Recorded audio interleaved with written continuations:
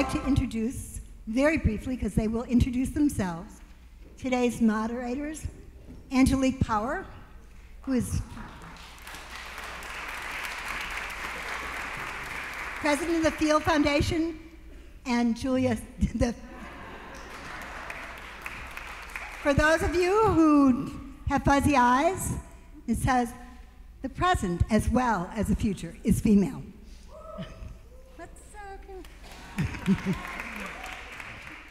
And our second moderator is Julia Stash, president of the MacArthur Foundation, and probably as having served as a head of a department and chief of staff, as knowledgeable as anyone in the city about what it takes to be the mayor of Chicago.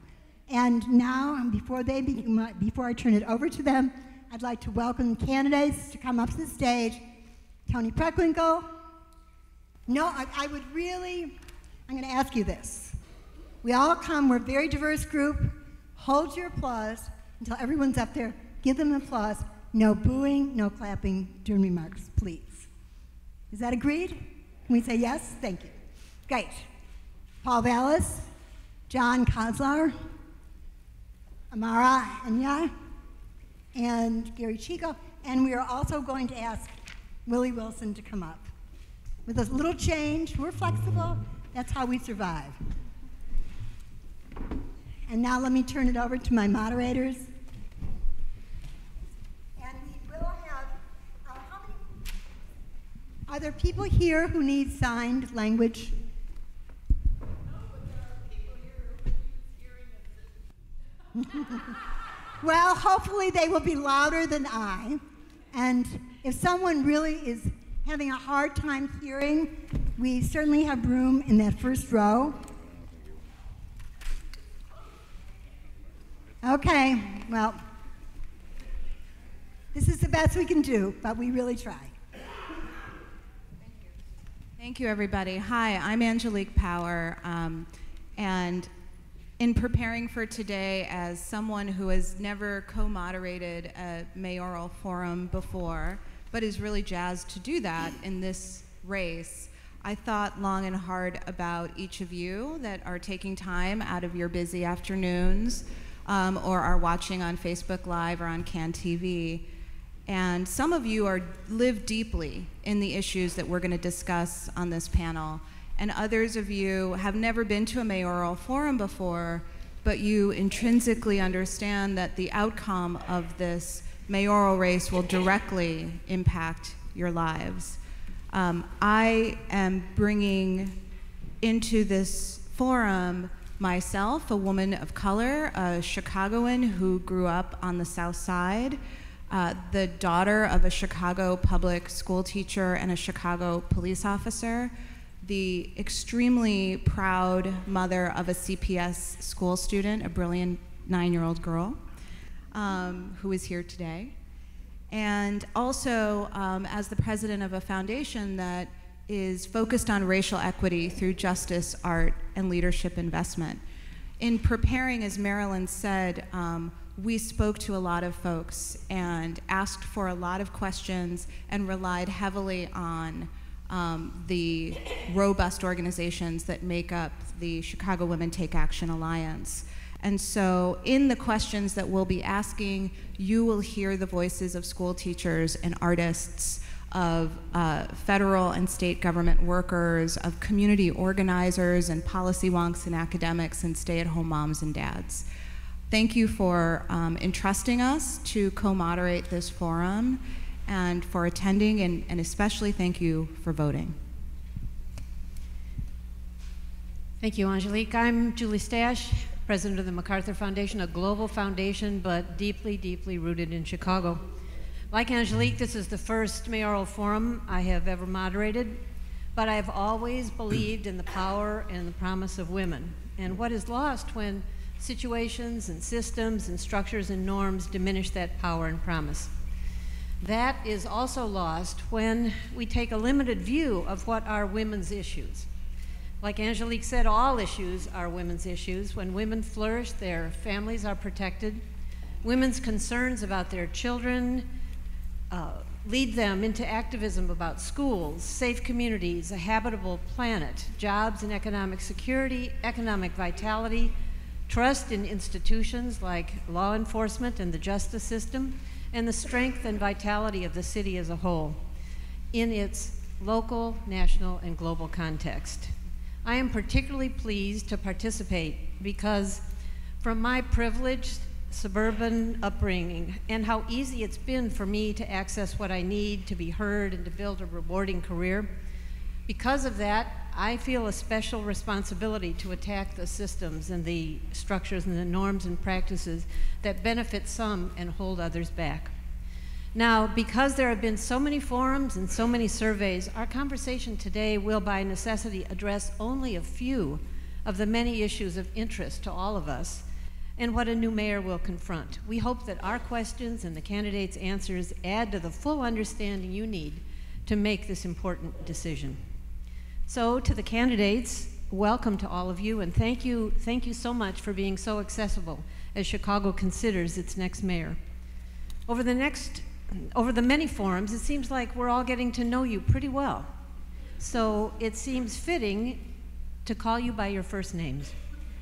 That's what's one of you will probably be called when you're mayor, so we hope that's okay. So let's start with a quick round robin of no more than 2 minutes each. This is a challenge to you, 2 minutes each. In as succinct and compelling a way as possible, tell us what your vision is for Chicago, especially as it affects women, and how you will achieve that. So let's start down at the end there with Willie Wilson.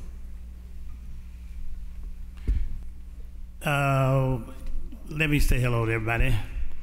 I'm Willie Wilson. I'm originally from a little place called Gilbert, Louisiana. We was sharecroppers, so pretty much 11 sisters and brothers. But we was pretty much raised by our mother, so I have a lot of respect for women. And my father didn't have much time to be with us. Pretty much Mama spent most of the time with us all together. In my particular organization today, 90% of the people that work for me are female, pretty much because I can't find enough men to want to work, all right? And each one of them, we average over $125,000 a year for the income. So we make sure that they make a living, also good benefit, things of that nature. And they travel pretty much around the world with us as well, some by themselves and some with me. So we have a lot of respect for female. And when I become mayor of the city of Chicago, it is fair that that should reflect the population of Chicago within itself. There will not and should not be any type of discrimination as related to pay, position, the whole 9 yards. I'm not that keen on minimum wages because I think you should have a living wage. I don't think you can quite make a living on minimum wage. So a living wage is to pay a lot more. And so we got to take a look at that and look beyond minimum wages because it just takes so tough.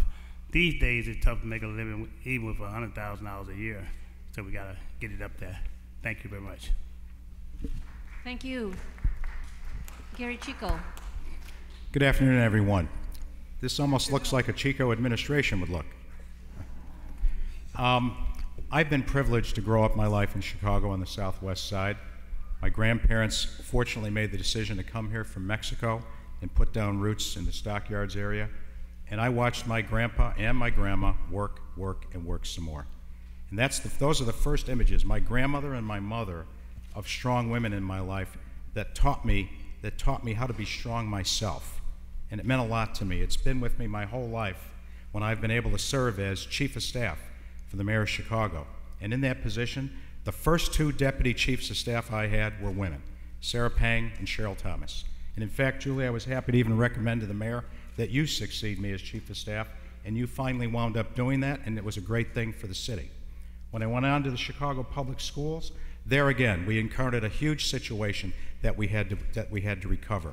And in that organization, the senior management was overwhelmingly women. and they drove that system to the point where we were able to become what President Clinton called a model for the nation, and we can do it again. Trust me, we can do it again.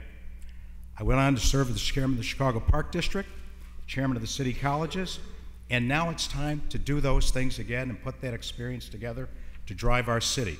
We need to make our streets safer. Our neighborhoods have to be safer. I've called for new leadership in the police department because I just don't think we're getting it done. Slowly but surely we're getting better, but I'd like to consider a woman to head this department. I think it's time. We can't keep overlooking this.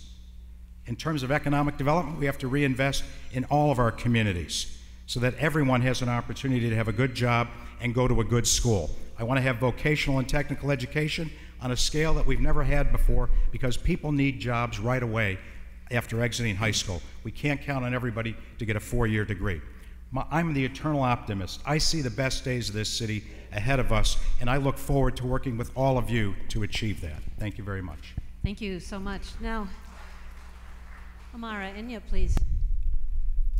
Thank you. I want to thank all of you for being here on this balmy afternoon. My name is Amara Enya. By profession, I am a public policy consultant. I've worked at the top levels of government. I've worked as an executive in the nonprofit sector. I've worked in almost every community across this city on the issues that we care about. By profession and passion, I'm an organizer, a grassroots organizer. And my views on public policy are informed by the notion that people know what they need and that those who are representing us must be responsive to what people need. I come from a long line of organizers. I'm a West Sider. I live in the Garfield Park community. And I like to say I'm a West Sider by way of West Africa, Nigeria, where in 1929 there was a woman in a small village who launched an uprising against the British colony that was attempting to tax them. That uprising was called the Women's War. It was one of the largest of its kind at that time. That woman was my great-grandmother. In 1967, a woman decided that she would take up her responsibility and fight against genocide that was taking place against the Igbo people. She was a frontline nurse in the Civil War, Biafra. That was my mother. Years later, in Chicago, on the West Side, I decided that it was more important to be driven by mission than money, and that we have to have a commitment to equity and justice. And so I launched With People, a people-driven campaign that lifts up issues of justice and innovation in Chicago because we have a responsibility to change the circumstances of where we are. And this campaign and this election represents our unique opportunity to do that with new and better leadership, with better solutions, and a vision for the Chicago that we deserve. And I look forward to sharing that vision with all of you today. Thank you. Terrific. John Kozlar, let's hear from you. Hi everyone, my name is John Kozlar. I am 30 years old and I'm the youngest person to ever run for mayor in the history of Chicago. They usually put the front runners in the center, so I am glad the polls are changing. My vision for Chicago is to wake up one morning and instead of the front center news line being corruption, it will be Chicago has chosen to end corruption. My vision, instead of seeing a young 3 or 4-year-old young man or woman on the south side of Chicago having another funeral, that we will be celebrating their softball or Little League baseball parade, where we don't have any more marches along the Dan Ryan. That's my vision for Chicago. My vision for Chicago is that we all wake up and fix our finances so the next generation doesn't have to take the burdens of the current administration. My vision for Chicago is that boys and girls will have the best education regardless of their zip code and regardless of what side of the city of Chicago they are in. This is my vision for Chicago. And we can do that in the year 2019. But you know what? In Chicago, we continue to elect the same people over and over again. And we're talking about the same issues in the year 2019 that we were talking about in the year 1980, and that's crime, education, and city finances. And we don't have to talk about that anymore. We can change that in the year 2019 if we work together. And I believe that Chicago is a beautiful city with wonderful people. But unfortunately, most of us have been forgotten about. These career politicians have decided year after year to put their friends and families first and Chicagoans second. And I'm here to change that. And I look forward to working with all you with making that possible. Thank you. Thank you, John. Paul Vallis. Well, thank you. It's a pleasure to be here. 3 questions you put to us. Our vision. Well, my vision is not the tale of 2 cities, a have and have not city, but a tale of 1 city, where all neighborhoods are safe, where all neighborhoods have quality schools, where all neighborhoods have thriving economic development and investment, where all neighborhoods have infrastructure that is clean water, that is transportation, access to transportation, access to affordable housing, that all neighborhoods have access to social service supports, and that all neighborhoods are affordable. How will I do it? Your second question. My whole life has been about taking multi-billion-dollar budgets and restructuring them in ways not only to bring financial stability, but to translate into growth and expansion. Taking a $1.4 billion structural deficit in Chicago and turning it into a $1 billion cash balance, 70,000 more students in the school system than is here now. So my approach is going to be the same, to take the $20 billion in resources that the city spends every year and to prioritize it so that we are investing in the communities. We're investing in public safety. We're investing in economic development. We're investing in infrastructure. We're investing in clean water. We're investing in our schools. The third question you asked is, what would be my top 3 priorities for women on women's issues? Well, first, obviously, is addressing the quality of life issue, because it always seems that women have a much more mature and aggressive view of what the quality of life should be, and maybe it's because of the responsibilities they have for raising children.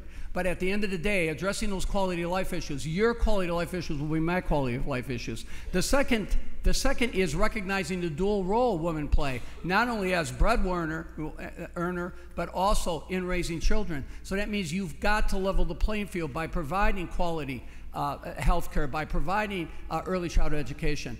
And the third is by actually empowering women. Talking about equal pay is not enough. My approach is, if you want to empower a woman, you empower a woman. As someone who's 75% of my administrative teams in 4 different states and in my work in 2 different countries have been women, I know that that if you're smart, you're bringing women into positions of responsibility, because at the end of the day, their authorities are often the most mature. Thank you. Thank you. And Toni Preckwinkle. Good afternoon. I'd like to thank CWTA and Chicago Temple for hosting us today, and all of you for coming. Chicago Temple is a resource for our city. We hold every year our service for the indigent, who we bury at the county here, and I'm grateful to this congregation for opening it up to organizations like this and to the county. You know, we live in a beautiful city with great neighborhoods, but there's some real challenges, and those challenges are no more evident than what happened a couple weeks ago. 3 officers who were accused of covering up Laquan McDonald's murder were acquitted. Jason Van Dyke, the police officer who murdered Laquan McDonald, was given an 81-month sentence. Black and brown young men get longer sentences for drug possession. And Hydea Pendleton's murderer, a young African American, got 84 years for her murder. You know, what's driven me in my entire public life is a concern for social justice, and we clearly have issues around equity and justice in our city. I'm president of the county. We have 2 basic responsibilities, 2 fundamental responsibilities: public health and public safety. I believe that public health, the right to health care, is a right and not a privilege.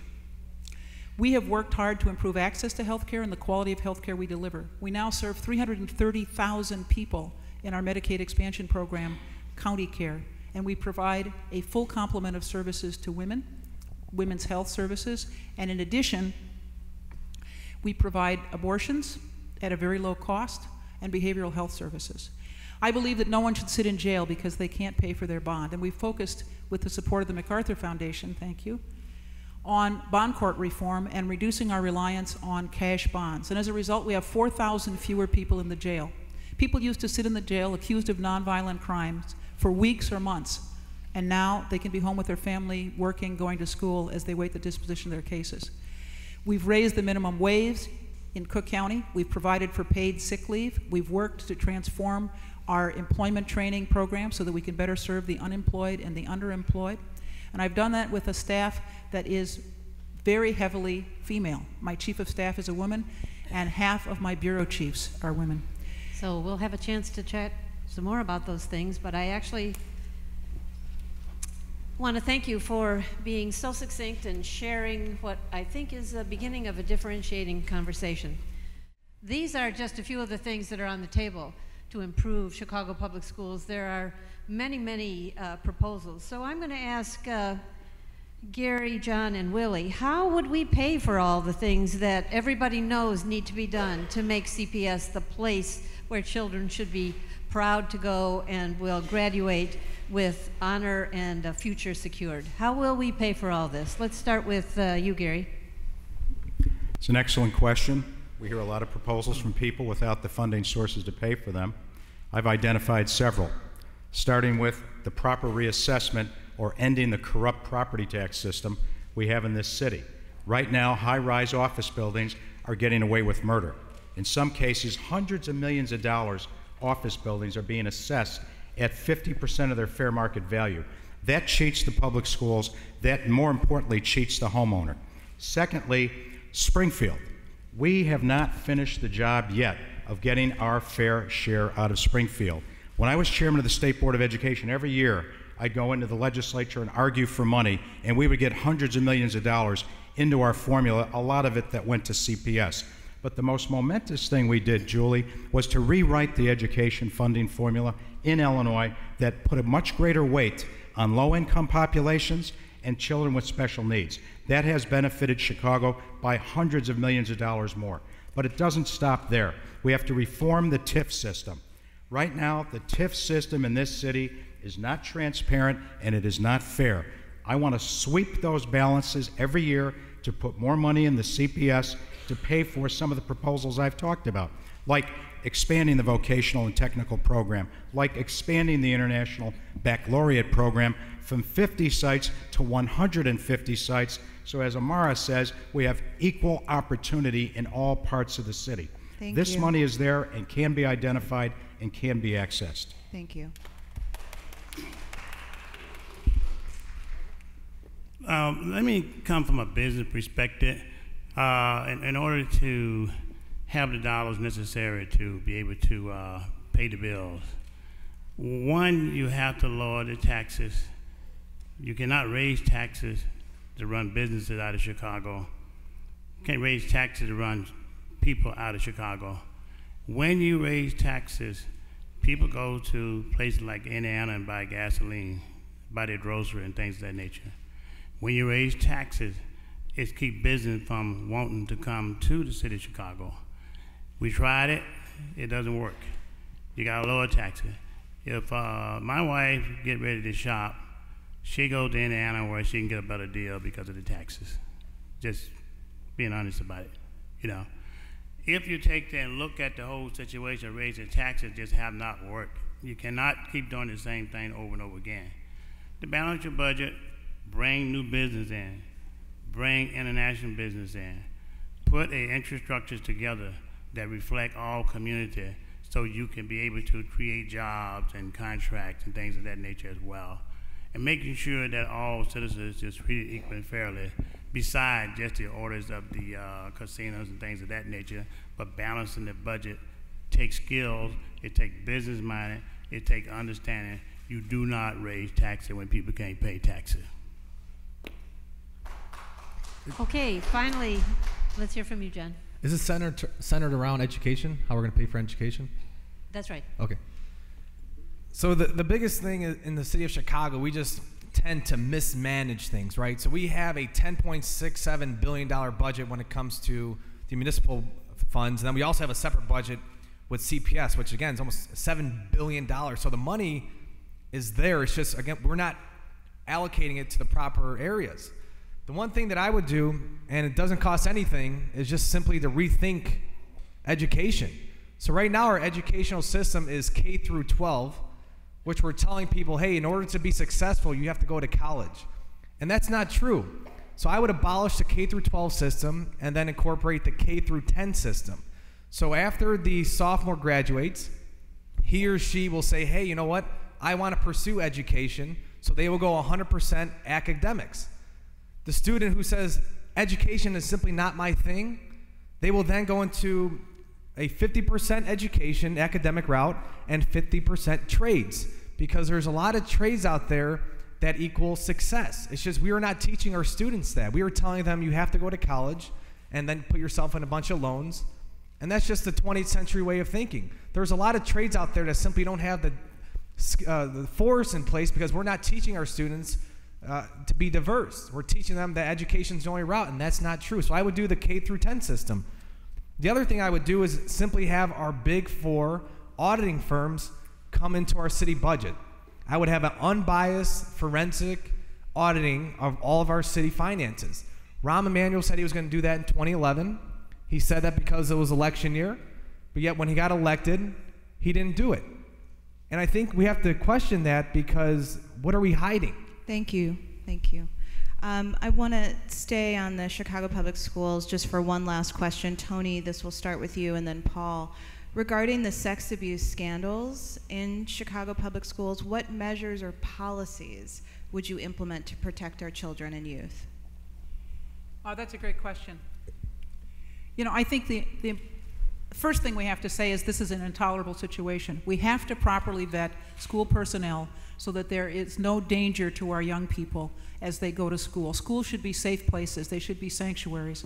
And we have to be sure that the adults in our schools are well vetted and are not predators. This is the first priority. It should be the first priority in our hiring decisions. I want to say that I have confidence in Janice Jackson. This is a challenge that predated her, and which of course fell in her lap. I think that the Board of Education has taken some strong positions, and as you've seen in the newspapers lately, there has been a raft of people who have been dismissed from the schools as a result of that work. But I think this has to be a priority in the Department of Human Resources. We can't have a situation where young people are subject to predators in our schools. That just has to be a priority. And I really think that it's important that we acknowledge that we've had some challenges in the past, and that we are very diligent about moving forward to try to address those challenges. But as I said, I think we need to understand, in fairness to Janice Jackson, that this is not a challenge that was initiated under her watch, but that she is struggling to address. And I think there are other ways in which she has done a great job in leading our public schools. First of all, she's a product of our public schools. Secondly, she was a teacher and then a principal in our public schools. And now she's leader. And I think that we need to acknowledge her good work as we acknowledge the challenges she faces. Paul? Yeah. Let me explain what they got rid of, and to the detriment of the system. Back in 1995 to 2001, we actually had a police division within the school district. Those officers were specifically trained to interact with students. And anytime there was a complaint brought, it came to the police office first. So we literally had the former deputy commanders who would staff those positions. So every police officer was trained to interact with students. So we had literally police intervention. So the law department didn't do the investigating, the police department did. Second, we had an Office of Crisis Intervention, also eliminated. That Office of Crisis Intervention provided intervention services anytime a student was abused, and it was 24/7 intervention, because there was abuse going on into the communities. So the office not only would investigate those cases, but the office also had a DCFS and U.S. and State's Attorney's Office presence in that office. So that investigation was comprehensive. Third, we have 24/7 hotline. And now, of course, with social media platforms, you can have 24/7 social media. So 24/7. So if a child was intimidated or threatened or was a victim of violence on Sunday, there would be intervention. And fourth, we have the crisis, the youth outreach officers. This was a team that would be mobilized, that would be dispatched to any situation, sex abuse, bullying, intimidation, gang threatening, etc. So those four entities, for some unbeknownst reason, were jettisoned, and I think that's the reason that you're having the problems that you're having today. And those are the models that I would bring back. Thank you. So let's move to all things economic development, economic security, empowerment, and opportunity, things that are all relevant to women who power the economy locally and globally. We're going to popcorn this and just go down the line without a soliloquy, but really just a quick answer. Would Amazon headquarters have really benefited all of Chicago, or did we dodge a bullet? Tony? I think it was a wonderful opportunity, and I'm sorry that we missed it. Thank you. Paul? I thought it was an opportunity, and I'm sorry we missed it too. John? I also think it was going to create a lot more jobs for our citizens, and we missed out on it. Thank you. Amara? I think given the city's track record in terms of how development has helped or has not helped communities, we dodged the bullet. Thank you. Gary? For the state and the city to come up with $2.3 billion to lure the wealthiest company on the face of the earth, we dodged a bullet. Willie? I think it was a good opportunity. Thank you. Thank you all. So it's interesting to hear the divergence of opinions there, but I think that we can all agree that as a city we need to grow and attract businesses and revenue and build the tax base. But we know historically that growth has not been shared equitably across the city. So how can we make sure that mega projects, say like Lincoln Yards, absolutely benefit the entire city? So Gary, how about you, and then Paul? I wish we had the excitement that we see with Lincoln Yards in all parts of the city, but we don't. But fortunately, Julie, we have organizations that have come up with some very innovative, impactful plans that can affect all communities. LISC, for example, who I have a great deal of respect for, Megan Hart, a former colleague of mine, has led community conversations which have arrived at plans in Auburn Gresham, Southwest, North Lawndale. I've worked on these things. I just left a project in North Lawndale, just north of Sinai Hospital, that would bring 400 units of affordable housing, 150,000 square feet of office, which is jobs for people, and 20,000 square feet of retail. People not only need housing, they need a place to work, they need a place to shop. And we need parks and schools because they go to school and they need places to play. We can do this. The plans are out there. You need a strong leader who has a commitment to bring in equity throughout this city. Look, Lincoln Yards, first of all, they should stop that train from leaving the station altogether, because that's going to change, that's going to deface the community where it's that's just an investment paradise. That's all it is. And at the end of the day, notice they're developing in the city vertically, not horizontally. I've said you need a Marshall Plan for the west side and the south side. It's been not like 4 generations poverty.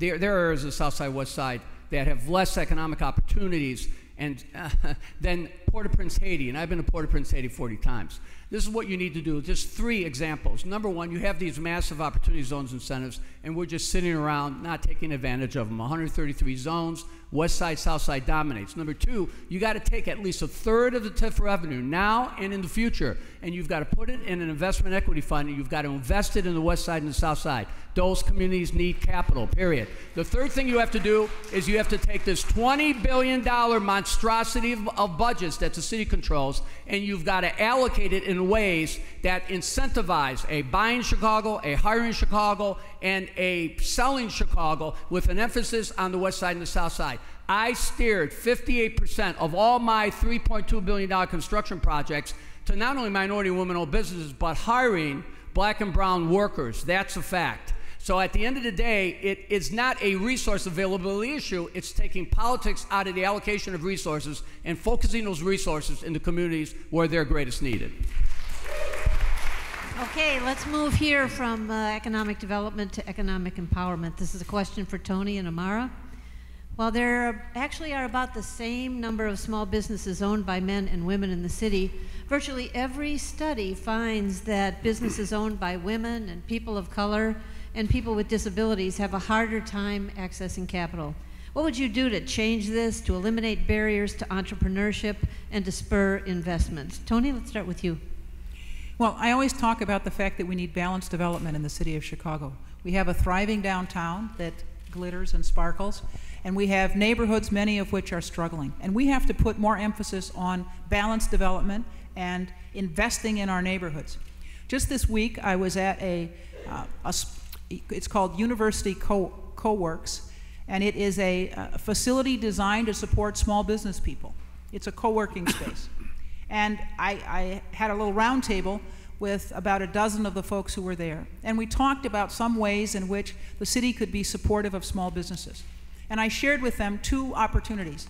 The Neighborhood Opportunity Fund, which is a fund into which downtown developers who get zoning bonuses and density bonuses put dollars into. And that Neighborhood Opportunity Fund provides grants to small businesses. The problem with it at present is that you have to put the money out and then you get reimbursed. And if you're starved for capital, as many small, women-owned, minority-owned businesses are, it's very hard to put the money out and then get reimbursed. So I proposed changing the program to an outright grant program, increasing the bonuses so that you could get up to 100% of the money that you need. We need to invest in small businesses in our neighborhood. I also proposed this week that we dramatically increase, triple the amount of money that we put into the public-private partnership that's called the Chicago Micro Lending Institute. These are loans of $500,000 to $50,000 to small businesses in our neighborhoods to help them start up, to help them expand, to help them sustain their businesses. So we need to invest in small businesses in our communities. We have a thriving downtown. We have to leverage that thriving downtown to get resources to build up businesses in our neighborhoods. Thank you, thank you, thank you. Amara? Oh, I'm sorry, yes, Amara. Yes. So I work as an economic development professional and have actually been responsible for legislation at the city and state level to help small businesses in particular. The biggest challenge that many face is this issue of redlining, meaning individuals cannot go to a traditional bank and get a loan and they don't have wealthy parents or aunts and uncles to lend them $50,000. We hear it all the time.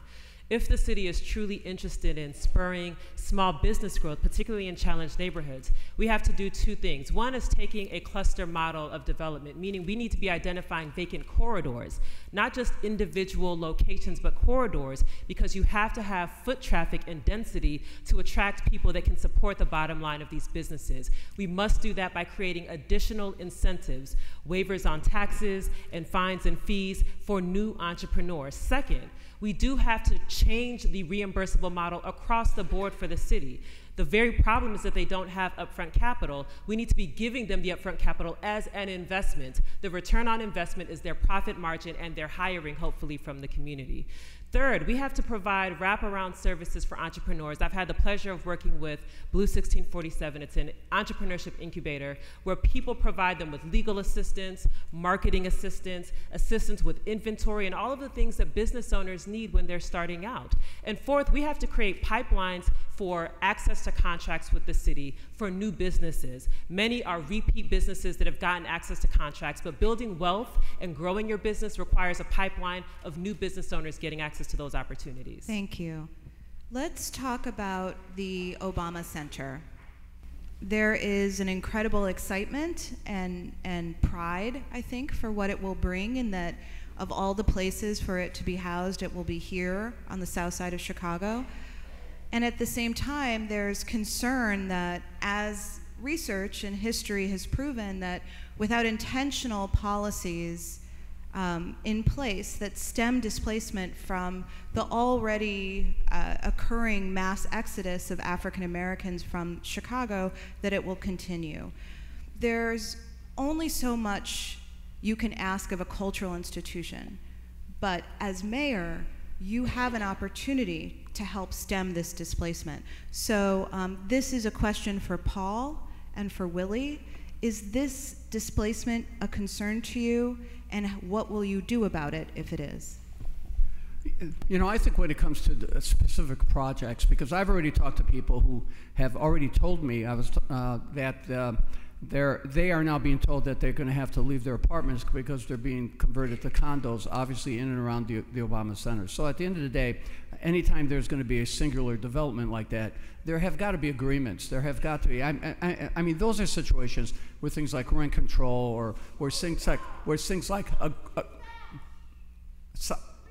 sorry about that. I'm losing time here.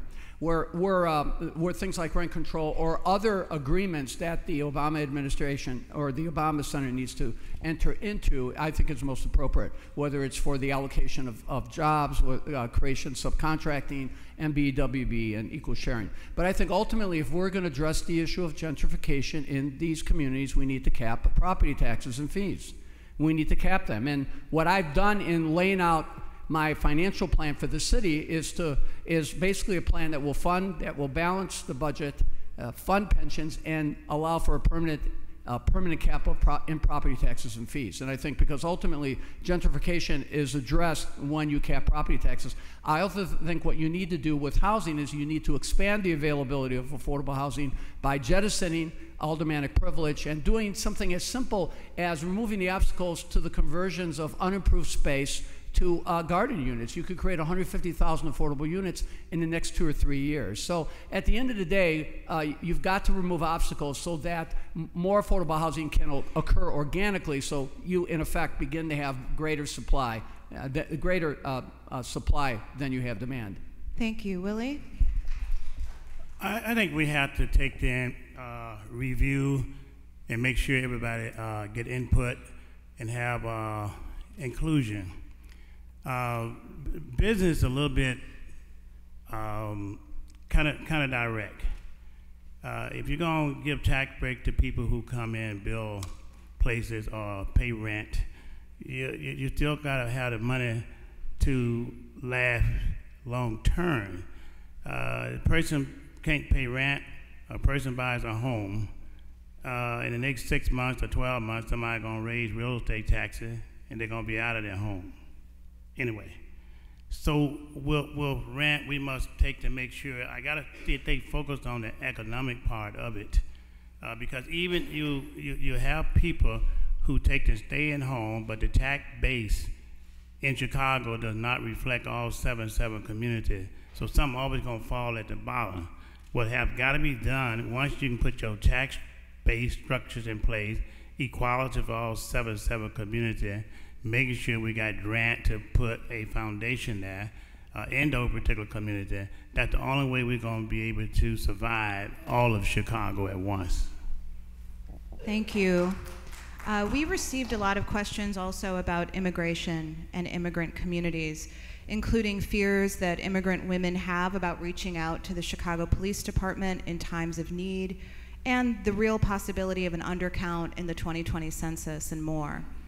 In your survey that you were sent before this forum, every one of you indicated a support for Chicago as a sanctuary city. What we want to ask about is, how will you ensure that the welcoming ordinance is enforced?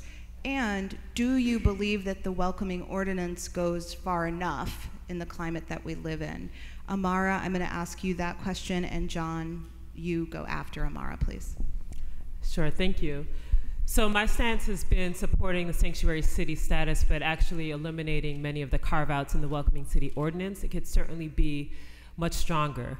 But we also have to incorporate other things that are unique to the immigrant community, whether documented or undocumented. And one of those that I talk about is the exploitation of workers in their jobs because of fear and intimidation and wage theft that occurs. The city has not been aggressive in holding those employers accountable, and it significantly affects the immigrant community because of fear and intimidation of what happens if they do speak up. That's something that we have to address. The other is making sure that we're not utilizing our local services to assist with deportations. That is something that I've been very strong about, and actually using our resources to do things that build stronger communities, both here for immigrants and for non-immigrants alike.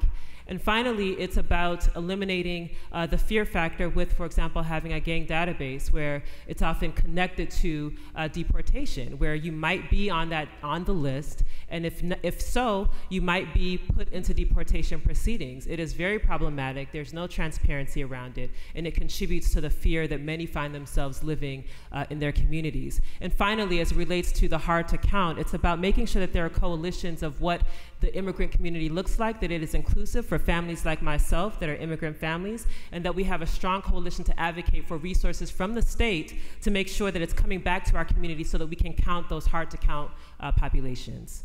Thank you, John. I think the first people we need to deport are our corrupt politicians. I am in favor of welcoming city because I am a family of immigrants, and we have to stop breaking families up, because then that creates turmoil within the communities and it creates turmoil within Chicago, because Chicago from day one has always been a immigrant city, and I will keep that. I will make sure to protect our citizens, whether immigrants or non-immigrants, from violent criminals. There are some people who try to come here who are violent, and I want to make sure we already have enough of those in our city as it is. And there's simply bad apples that I will support and taking care of. I don't think that the Chicago Police Department should assist ICE, because, again, we already have a lot of crime in Chicago that we need to get a handle on. And my specific idea in doing that is, again, in order to police in that district, 60% of the police officers have to live there, because there's simply too much tension going on with our Chicago Police Department and our communities. And if we all work together, we can reduce that tension, and instead of the police being seen as outsiders, they will then be seen as community members, where they're going to know the neighborhoods, they're going to know the residents, and they'll be investing in those neighborhoods. So naturally, they're going to want their families to be safe, and in turn, the whole community will be safe. Say, that's a terrific segue into the topic of justice. We should start, of course, with acknowledging the court's affirmation of the consent decree, a truly historic moment. But while the consent decree lays the foundation for real reform, there are really many questions that remain about implementation and the underlying norms and conditions that led to the need for it. So, as I also mentioned in my introduction, I'm the daughter of a police officer, a black police officer. And this is a question for Tony and for Gary. I wonder what you'll do to disrupt the well-known Blue Code, to lift the morale of police officers, and also to rebuild, or in some cases build, trust with local communities who have witnessed many, many instances of police misconduct. Clearly, police-community relations are a real challenge for the city of Chicago, and I'm grateful to President Obama, because before he left office, he insisted that the Department of Justice look at the policies and procedures in our police department and give us kind of a path forward. That, of course, was the genesis of the consent decree. I think we need three things from our police force. One, we need better training. The other, we need better supervision, and we need accountability. We, as a city, have not invested sufficiently in professional development for our police officers, and we need to do a lot more of that, particularly around crisis intervention training and de-escalation strategies. We haven't invested sufficiently in proper supervision of officers on the street. The best practice is 8 to 10 officers for every sergeant. In some of our districts, we have 30 officers for every sergeant. It's hard to have a well-functioning organization when people aren't properly supervised. And secondly, we need to hold our police department accountable. You know, the closure rate for murders in this country is about 2/3, 62 or 63% nationally. In Chicago, it's 17, 18, 19%. It's less than 20%. It's really important that people have confidence in the police and confidence in their willingness to try to solve crimes, particularly violent crimes. And in so many of our neighborhoods, residents do not have that confidence, and it leads to more violence. People are tempted to take revenge or retaliate because they don't believe the police are really going to take seriously the murder of their brother or their uncle or their father. So we need a more accountable police department. We need more investment in police-community relations. We need an Office of Criminal Justice in the mayor's office that focuses on bringing the stakeholders together, distributing money to community-based organizations who will work on violence prevention, anti-recidivism, restorative justice, and which will be the public policy locus of the efforts to reform the police department. Thank you. So here's a question that I think is really... Can I answer? Yes, please, Gary. They wanted me to answer. I'm sorry. Thank you. If you look at the recent prosecutions of Jason Van Dyke and the 3 officers accused of covering up, while we may not have liked the decisions in those particular cases on the sentencing and the acquittal of the officers, make no mistake, it was a momentous move to even take that. We're talking about changing culture, and this is very difficult to do, which is why Tony and I agree to call for the removal of Eddie Johnson. Why? We have similar and different reasons, but in this respect, we're similar. Eddie Johnson has in his record too many cases of looking the other way on police officer misconduct. And that we cannot have in this city if we're ever going to have a change in culture and a department we can believe in. I want to have a department we can believe in. Everybody wants to call 911, and they want the police to do the right thing. And the vast majority of officers do the right thing. I hear so many examples about people doing things to help others, and we don't have to look very much further than just the last month and a half, about 3 officers who lost their lives protecting us. So this is a very difficult situation, but the culture can change. I believe the reason you need a change in leadership is because culture and behavior needs to be modeled. I'm going to find somebody that brings in a breath of fresh air to actually live the way we want our police department to live, and I believe with my heart of hearts we can get it done. Our city wants this. Our citizens want this. It is achievable. Thank you. Am I doing this? Yeah. Okay, here's a tough question, though, and I think this will be a question for Willie and Amara.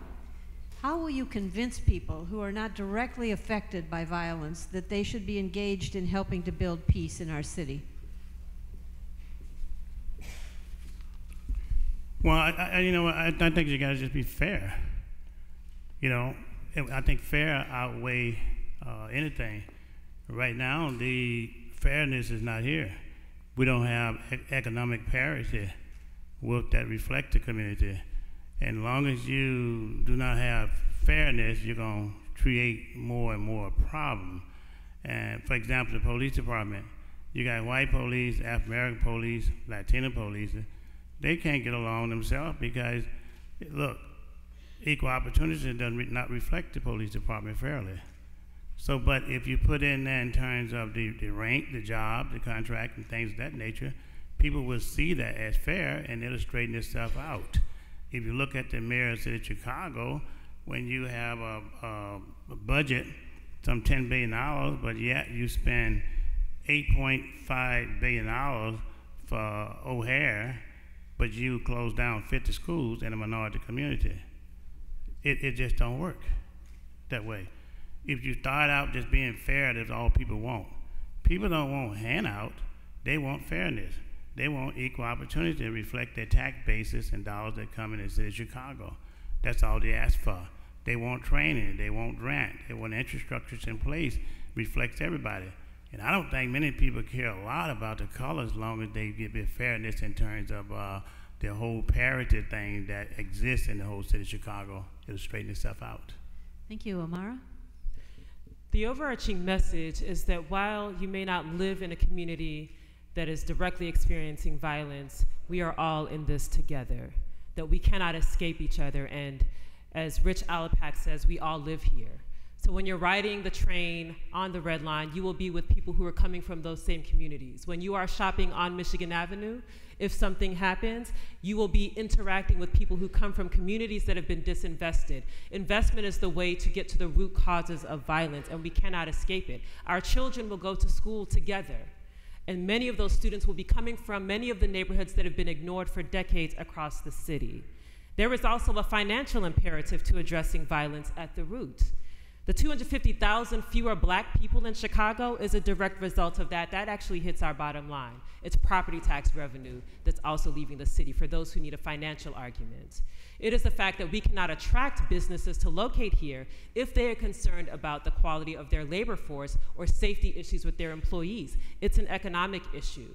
It is a moral issue for us because we are locked in this city together, and we cannot be truly great if we accept the fact that there are some communities where violence is okay and others that are able to thrive. And that has been the status quo in the city for far too long. Again, the overarching message is we all live here and we're in this together.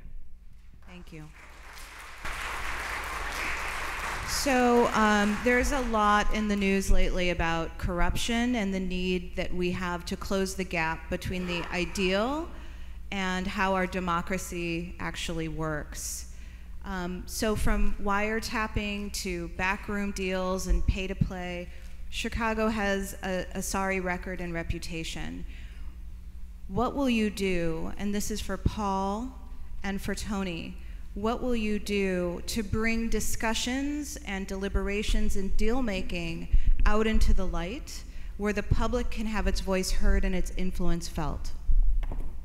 Well, as someone who ran against Rod Blagojevich a long, long time ago, and who took all the Public Building Commission projects for the schools out of the Public Building Commission so I could do 50% MBE, 50% hiring, minority hiring, and 50% city residents hiring, I think I've always had a pretty strong reputation of not being part of the pay-to-play culture. You don't go to New Orleans or Haiti if you're part of the pay-to-play culture after Katrina and after the earthquake in Chicago. Let me just tell you, you've got to make institutional changes. Number one, you have got to have term limits, not only for the mayor, but you have to have term limits for the city council. Number two, you've got to eliminate aldermanic privilege, because that's like legal bribe taking. Number three, you have got to bar aldermen from earning income while holding their office, and you've got to bar their family members from getting work with the city. Number four, you have to bar these individuals who get appointed to boards and then go out and abstain from contracts under their jurisdiction maybe 500 times while they're recruiting clients for their law firms.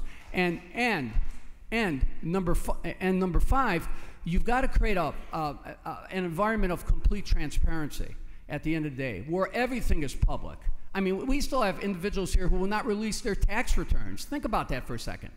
We still have candidates running who have made tens of millions of dollars over their careers, and they won't give you any details about their tax returns. Thank you, So Paul. those are institutional changes. Thank you. You know, the real challenge for all of us is that these ongoing stories erode confidence in government. And government can do great things to improve people's lives, but people have to have confidence in it.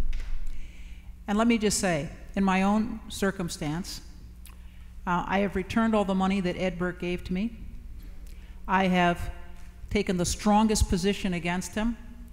I said he should resign as chairman of finance. He should resign as committeeman of the 14th Ward, as alderman of the 14th Ward.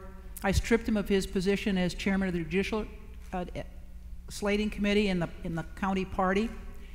And it's really important, to go back to what Paul said, it's really important that no one who is an elected official in the city have dual employment. We have to serve our constituents and not our clients. The focus has to be on our constituents. And you know, as I talk to people around the city, they're really concerned about things like lead in our water. I mean, we have a tremendous environmental crisis in front of us that we need to address. We're not clearly in as terrible shape as, you know, some of the cities in Michigan, but we have to do a thorough assessment and inventory of where our lead pipes have resulted in the most contamination.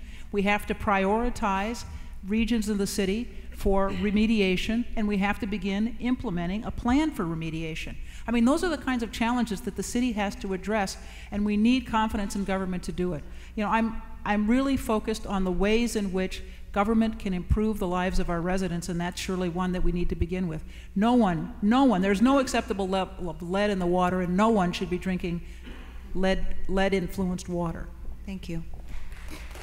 So this election is rightly about how to ensure equitable growth and prosperity throughout our many communities, but it's also about Chicago as a global city and how we communicate that and how that translates into benefits for all.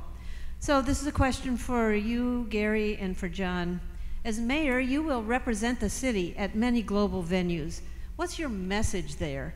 How will you describe Chicago's leadership on issues all cities face, acknowledging the problems, but also communicating the potential for the city in a global context? Leadership on such issues as climate and the environment, immigration, human rights, violence, and global investment in trade. What's your global message? Gary, and then John. Thank you. I was privileged when I worked for the mayor to take international trips abroad and visit with other governments. And I would come back and I would tell Mayor Daley that we needed to create an international division of the mayor's office because there was an enormous opportunity out there to bring business, tourism, culture into Chicago that thankfully over the years has become a much greater part of our economy. And in that economy are Chicagoans working for foreign companies that have located here, for restaurants that are here, the tourism industry, the people working in restaurants, hotels, and this sector of our economy is enormous. It is easy to sell Chicago. I'm from here. I believe in this city fully, wholeheartedly. This city gave me tremendous opportunities as a young man growing up, and I can tell that story in a reflex. Now, do we have problems? Of course we have problems. Fortunately, we're starting to see a slight decline in our homicide problem. We are starting to make progress in many other areas. I want to bring back the Department of the Environment. We don't have it anymore. We need it. We need a watchdog to watch our air, land, and water. But this city is the greatest city in the country and the world. We have our issues, Julie, as you alluded to in your question, but let's face it, we have to cope with them head on. We can take them on, and we can be the city we want to be, not only in the United States, but around the world. We need that investment so that our citizens can have jobs and raise their families. Thank you. I'm sorry, John. So we have to understand what the global perception is of Chicago right now. If you opened up the USA Today a couple weeks ago, and Gary brings out the paper, front and center was corruption in Chicago. Front and center. If you ask somebody, if you travel, you're from Chicago, I've been here for 30 years my whole life, if you tell somebody you're from Chicago, what do they bring up? The crime. How do you still live in Chicago with all the shootings going on? How do you live in Chicago with the amount of kids being shot in front of their schools? How do you live in Chicago with all the corruption? And my answer to them is that it doesn't have to be this way anymore. We have candidates who on the stage right now who are not corrupt. We also have candidates on the stage who are corrupt. And the people who got us in this mess are not going to be the ones who get us out of it. And that's why you need somebody who is independent, who's going to work with the community, and is simply fed up with this corruption. I don't support Rahm Emanuel. That's why I got into this race before he dropped out. I don't support Mr. Burke. I never accepted a nickel from him, and therefore I don't have to pay him back anything. So again, we can continue to elect the same people in Chicago, and in 4 years we could talk about crime, education, and city finances, or we could end it now. But we can only end it if we work together. And enough of this corruption. Thank you. Enough. Thank you. So we have to close this panel. We have another panel coming up. There's so many questions that were sent in that we didn't get to in this panel. And we apologize to those who've submitted questions that we weren't able to ask yet. We're going to end with 1 minute, please, for each of you, just to say, why should women vote for you? Let's start with Willie. Well, today I'm going to just say this here, is that no taxes, no raise, no taxes on people who cannot afford to pay taxes, right? Put a investigation on the politician today to make sure that we can get rid of the wrongdoing. Put every 3 months a investigation in each department and city hall. Get rid of corruption. You won't get rid of corruption and these bills and running people out of the city unless you get rid of the politician that's doing it. This is the only way we can correct this problem that we have. People have to have integrity. People cannot be working a job that they've been elected for and getting paid, and then running for another job and getting paid at the same time. In corporate America, that don't even exist. Thank you, Willie. Gary. First of all, thank you all for coming. It's a privilege to run for mayor of Chicago. And in my career, whether it's been in the private sector or the public sector, I've always tried to work with women to advance their careers and surround myself with great talent. And the women that I've worked with have been outstanding and have helped the government perform. They've helped me in the private sector in the law business perform, rebuilding our communities. And I think that my record of having advanced the careers of women, never a scandal whatsoever involving sexual harassment, behavior gets modeled at the top. And I believe I can bring that kind of model behavior to make sure that culturally we get better. We should never have to go through another situation where a woman is harassed, made to do things to get a job, and is suffering from unequal pay or unequal opportunity. I'm a warrior on this issue, and I will work every day to make sure that the cause of women is advanced while also making the city of Chicago the city that we all want. Thank you. Amara?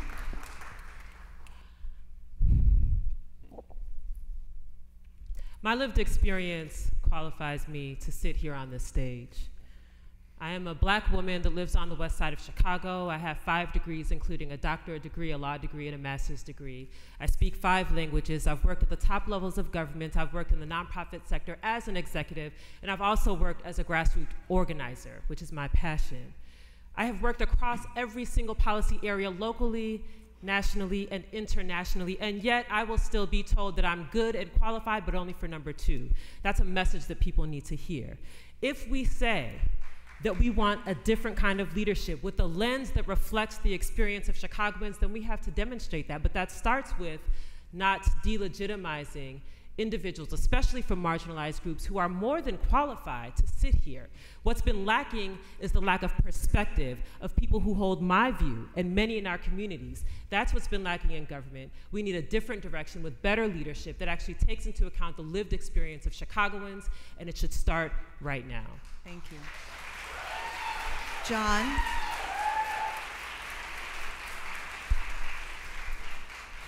So I want to thank everybody for coming out today, and I do appreciate the organization for putting this on for everybody, because it's not easy. All we had to do was show up. So I commend you all for putting this on. I think women will want to vote for me because they probably came in here today and said, hey, I had no idea who this kid was, but you know what? I appreciate that he's telling the truth.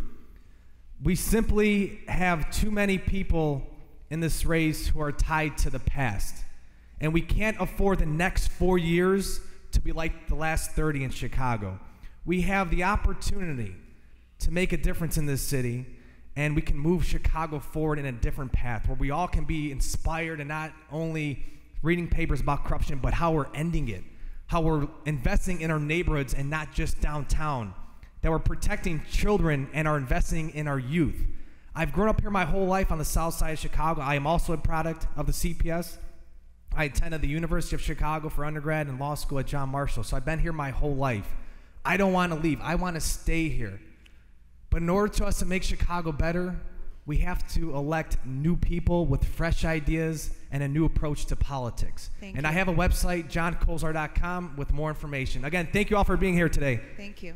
Paul? Look, I spent 12 years working for Dawn Clark Netsch, and when you're raised by a mother like mine, and when you've had the opportunity and the privilege of working with Dawn, you can't help but embrace a women's agenda, because a women's agenda is really a growth agenda. A women's agenda is an equity agenda.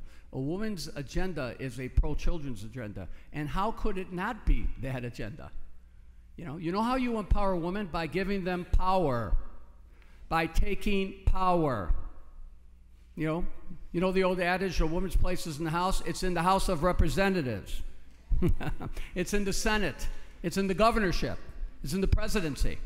So at the end of the day, my approach, my entire career has always been about equal opportunity and empowerment.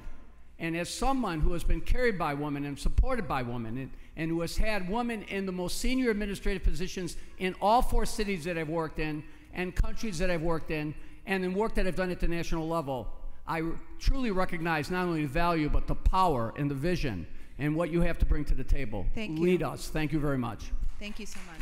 Tony? I'd like to thank Chicago Women Taking Action for putting on the forum today. I really appreciate it. I got elected to office on my 3rd try by beating the regular organization, the Good Old Boys. I was a progressive in the city council, and this is a progressive organization. I was a founder of the Progressive Caucus. I sponsored and supported every single affordable housing and living wage ordinance that came before the body. I was one of 5 votes out of 50 against the parking meter deal. I took my responsibilities as a member of the city council very seriously. I was part of the loyal opposition. In my ward, I worked to strengthen our neighborhood schools. I worked with community residents to rebuild our neighborhoods. We built 1,500 units of housing, most of it affordable rental, to turn around communities that have been struggling for decades and to revitalize those neighborhoods. I worked with police and community residents around public safety issues and worked very hard to address them. I was the first woman elected alderman of the 4th Ward. I'm the first woman elected county board president. I take my responsibilities as the first elected woman, very seriously. I've used my office to promote and support women, not just within my office, but within government as well. I was a strong supporter of Kim Foxx, Juliana Stratton, Deborah Shore, Josina Morita, and a variety of women in the Democratic Party. That's part of my obligation as a political leader. Thank you so much. So first of all, thank you to the panel for your candor and for your willingness to be here and share what you offer to the city as mayor. Join me in thanking our panel. Thank you. Thank you. I was saying that actually you'll hear some of the same questions, but remember this is an entirely new group of people. But we do have a few others that we're going to mix in. But we're going to start just the same with the same 2 minutes. So in as absolutely compelling and succinct way as possible, tell us what your vision is for Chicago, especially as it affects women, and how you will achieve that. Let's start down at the other end with Bob. Thank you. And thank you everybody for staying around for round 2. So I'm Bob Fioretti. I'm running for mayor for the same reasons I ran 4 years ago.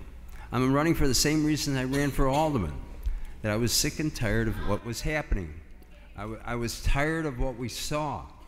You know, does anyone feel safer in any part of the city, whether you're male, female, white, black, Hispanic?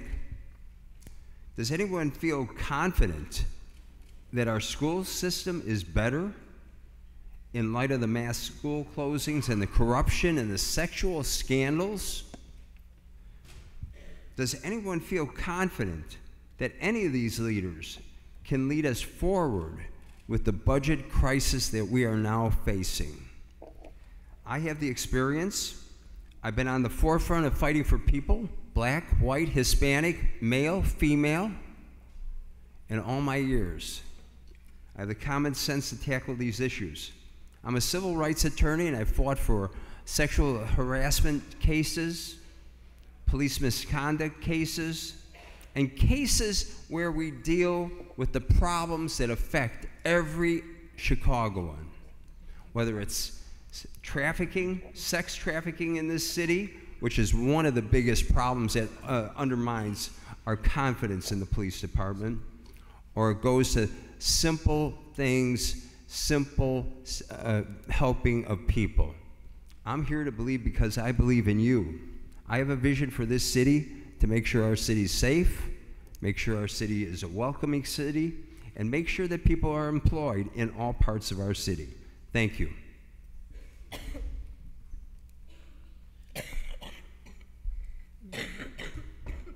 We can go to LaShawn and then we'll come back. Okay. Sorry, it's my asthma. Not contagious. I know, it's true. He's scared of me. It's fine. Hi, I'm Susana Mendoza, and I'm running for mayor because the future of our city is at stake. I'm concerned about not just the next 4 years, but the next generation. I don't believe that this is a time that we can afford to elect a caretaker mayor or someone who represents the status quo. You know, I love this city with all my heart, and the issues that affect us, high property taxes, under-resourced schools, violence, which is gripping neighborhood after neighborhood. These aren't just issues to me, they're personal. I've lived them too.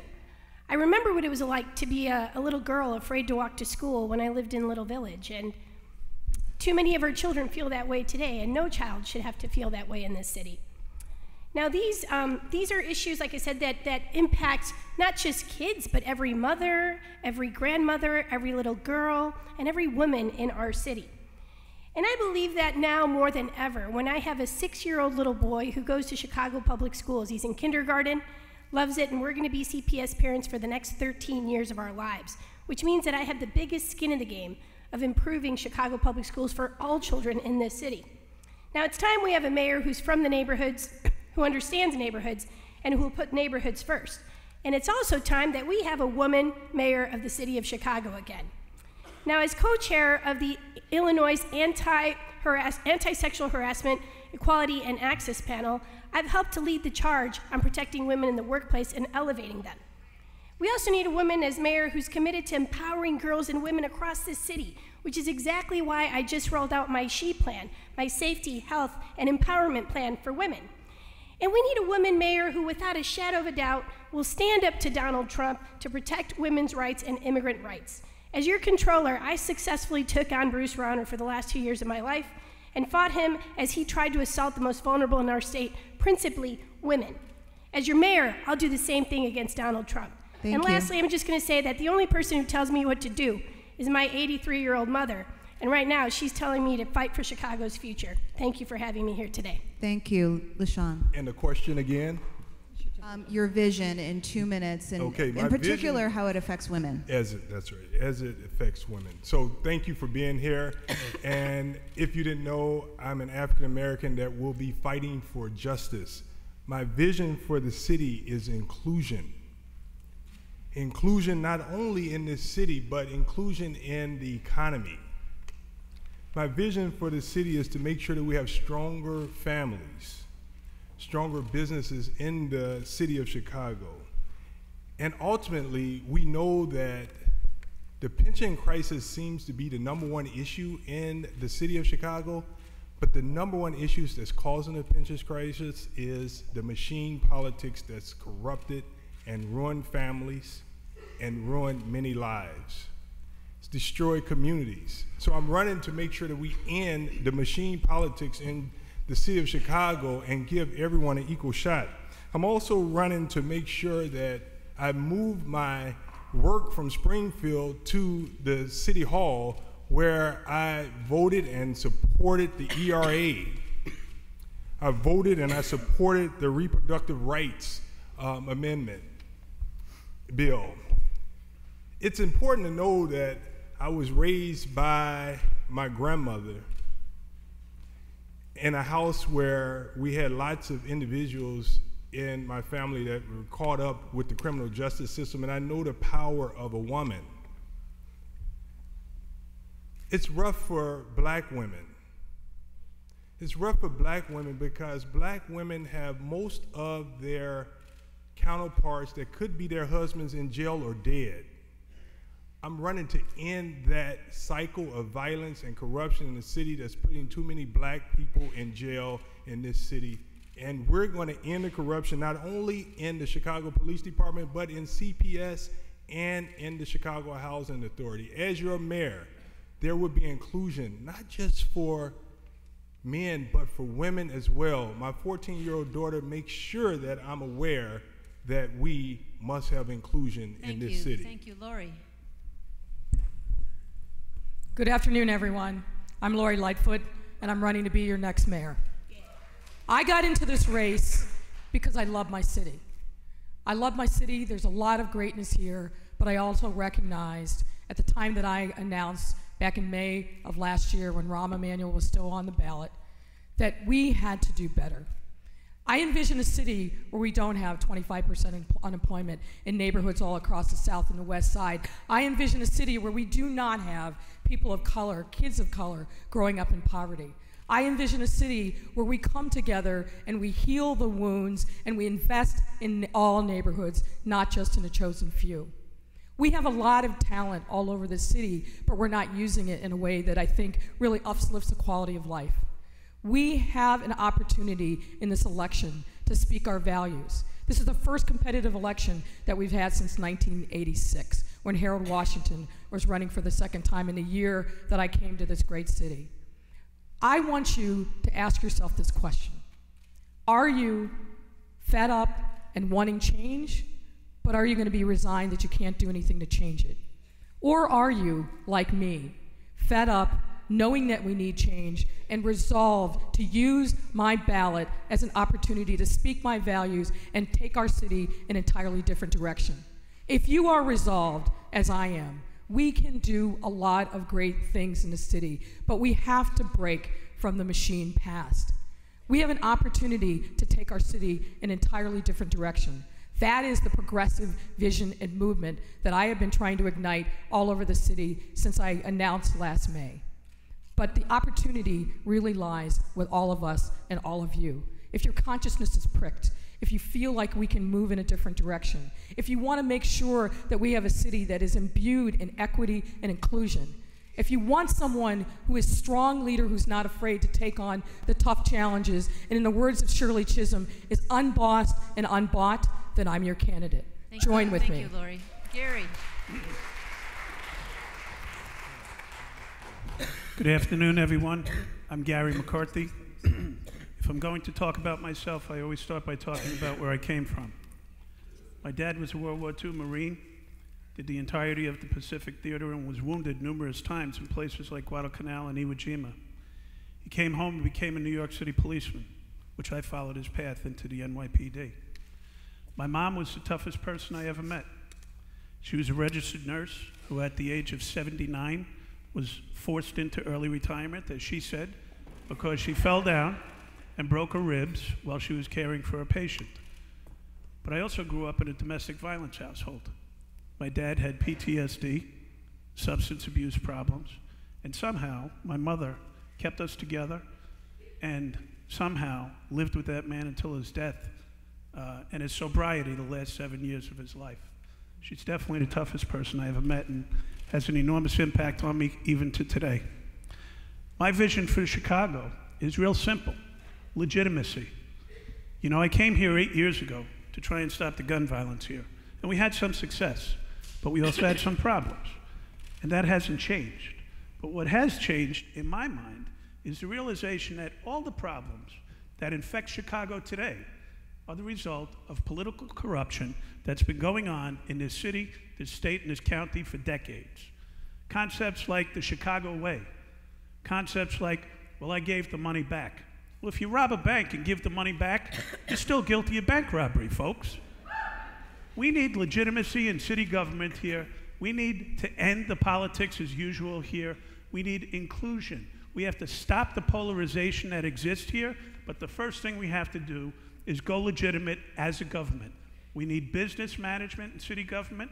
We need to make sure that it's transparent, that nobody has questions about why things are done, because City Hall will be in the field talking to people instead of the other way around. Thank you. Please help me get there. So thank you all for that, for your opening comments. We're going to do the speed dating here again. So this is in 3 words. Can I just interrupt for 10 seconds? I appreciate the timekeeper, but I think what we're all struggling with is he gives us the 30 seconds, but he doesn't say stop. So it would be helpful Put your hand up. Yeah, or draw a 0. Make believe you're a cop. We'll watch Or maybe if he can just. And keep if the that 30 doesn't seconds work, and flip it. we'll say stop. Yeah. So, but dating first. In 3 words, how do you distinguish yourself in this crowded race, even though the diversity of the pool is extremely exciting for us in Chicago? Let's start in the middle with you, LaShawn. 3 words. A fighter, a doer, and a problem solver. Susanna. Bold, energetic, transformational. Bob.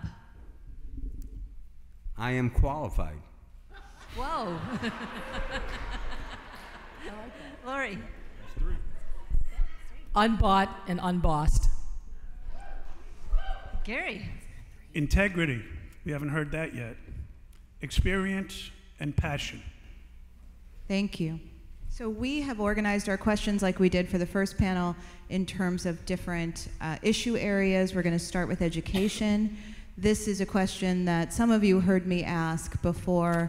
I am the proud daughter of a Chicago public school teacher, and I am the proud mother of a Chicago public school student who is here, who is 9 years old, and we would like you to explain to her, this is a question for Gary and for LaShawn, please explain to her, a 9-year-old, what is wrong with Chicago public schools and how will you fix it?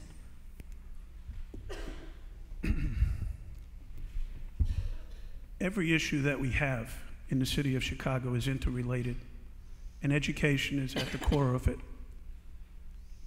If a child wakes up after being up half the night because there's a crime scene outside of his or her window and doesn't eat breakfast that morning because Maybe mom couldn't afford to feed breakfast to you, that child.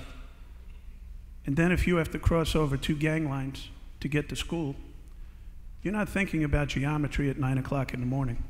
You're thinking about the fact that you're hungry, that mom is hurting, that your family needs help. That's at the heart of what's wrong, and we need to ensure that we create those conditions for you, the student, to learn, because I believe children want to learn, and I believe that teachers want to learn. And government has the obligation to create those conditions. And that's not what's happening in Chicago.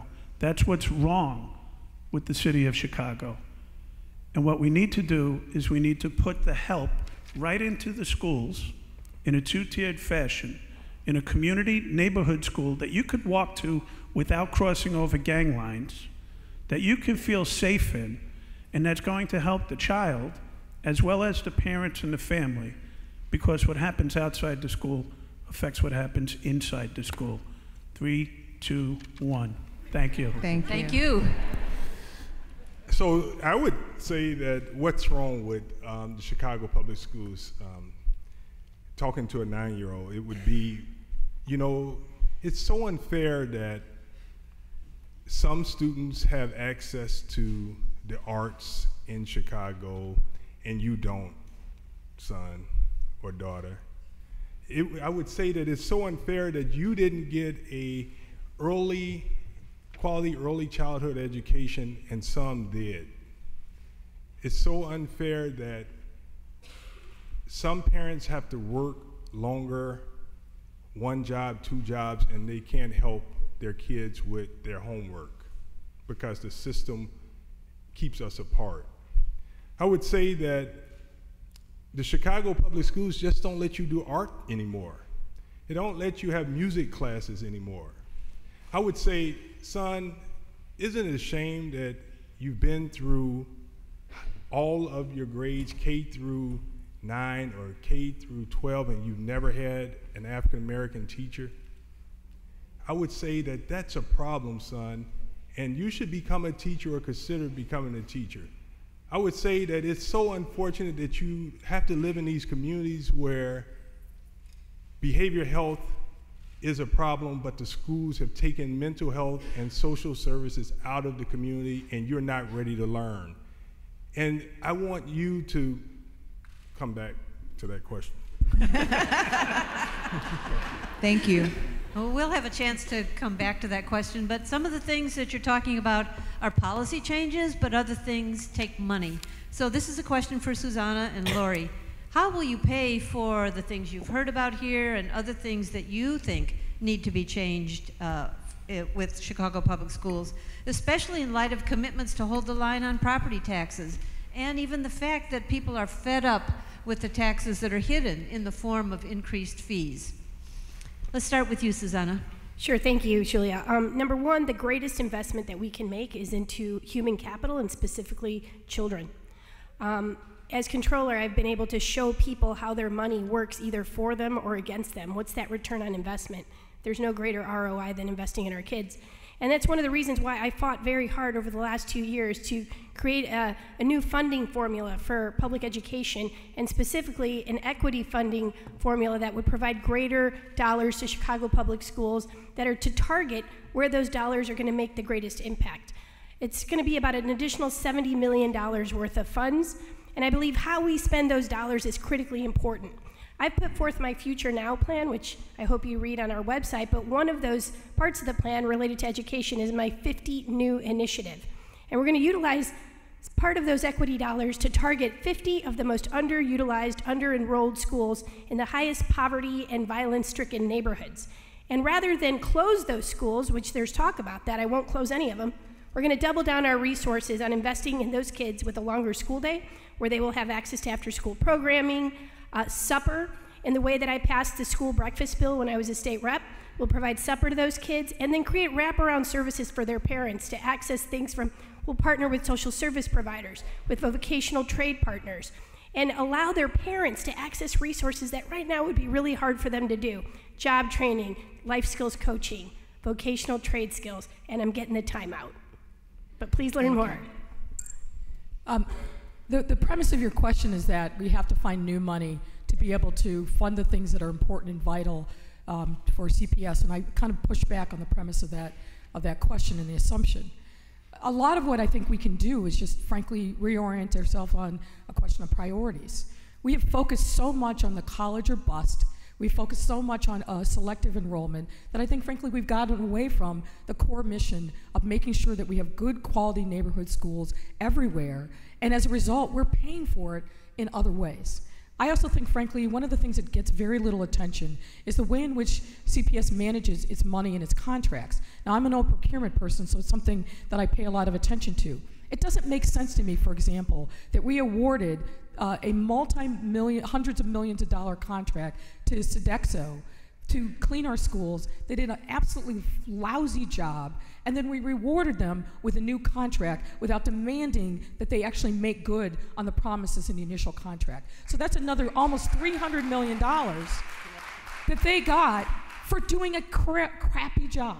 So I think if we actually get down to basics, we focus on making sure that we really bring equity and inclusion in every neighborhood school, that we don't throw away whole communities by saying, well, you're underperforming by these metrics, so we're going to close your schools and deprive you of not only just a neighborhood school, but a community asset. We can fund what we need in CPS. It's a question of priorities and leadership. Thank you. We're going to roll into the economy and talk about economic development and security and empowerment, all relevant to women, especially as we power the economy locally and globally. We did this with the last panel. This is a popcorn question, no long soliloquy, but just an answer from your gut. We will start with Bob and work our way down. Would Amazon headquarters have really benefited all Chicago, or did we dodge a bullet? It's easy to answer the question after the fact, but I think we dodged the bullet. Can you imagine here's the state? And that's all we need. Actually, that's it. Oh, that's good. okay. You got it. Done. Okay. Thank you. Susanna. Amazon who? I think we need to focus on creating our next Amazon right here in Chicago, and specifically on the west and south sides of the city of Chicago. We dodged the bullet. Lori?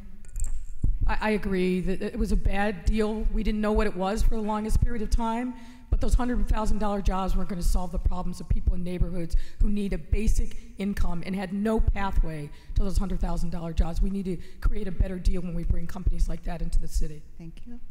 Gary. Everything that Lori just said, but on top of that, based on what we've done to bring big businesses here and them not pay their fair share, that's why we're in the tax problem that we're in today. So, dodged a bullet? Oh, very much so. We dodged a couple.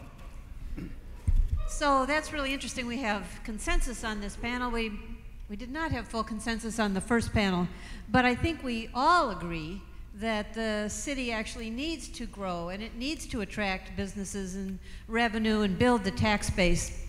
But as I said before, we know that this growth is not historically been shared equitably across the city. So how would you make sure that mega projects like the Lincoln Yards project benefits and works for all Chicago? So let's make this a question for Bob and Gary. Why am I always going first? Anyway, I'll answer it though. First on this. Okay, Gary. I'm qualified. Yes. I have to. I think we have to look at what we're doing. Lincoln Yards project's a bad project for the taxpayers of this city. $900 million of our taxpayer money is going to go fund the developer. I think not only should we slow it down, but we should stop it. So, I think, though, at the same time, we have to look at what's happening under the new Tax Act and these economic opportunity zones. I've been in contact with people who have written that portion, that have designed and developed the executive order. We're just waiting for the IRS regulations to come down. There's 133 economic opportunity zones, all on the south and west sides. It is the developers' money, not our money. It will stabilize neighborhoods, bring affordable housing, medical centers, commercial and retail into those neighborhoods. It is going to be a game changer of bringing jobs into our neighborhoods. I think that's the way we ought to be looking at it, and not the other way around, using our own tax dollars. I think it'll be, as I said, a game changer for all of us and for those neighborhoods, because community benefits agreements will be signed by the developers to make sure that they hire from the community. It's as simple as that. I really just want to challenge the premise of your question, because it sounds like you said that the Lincoln Yards project is good for the city.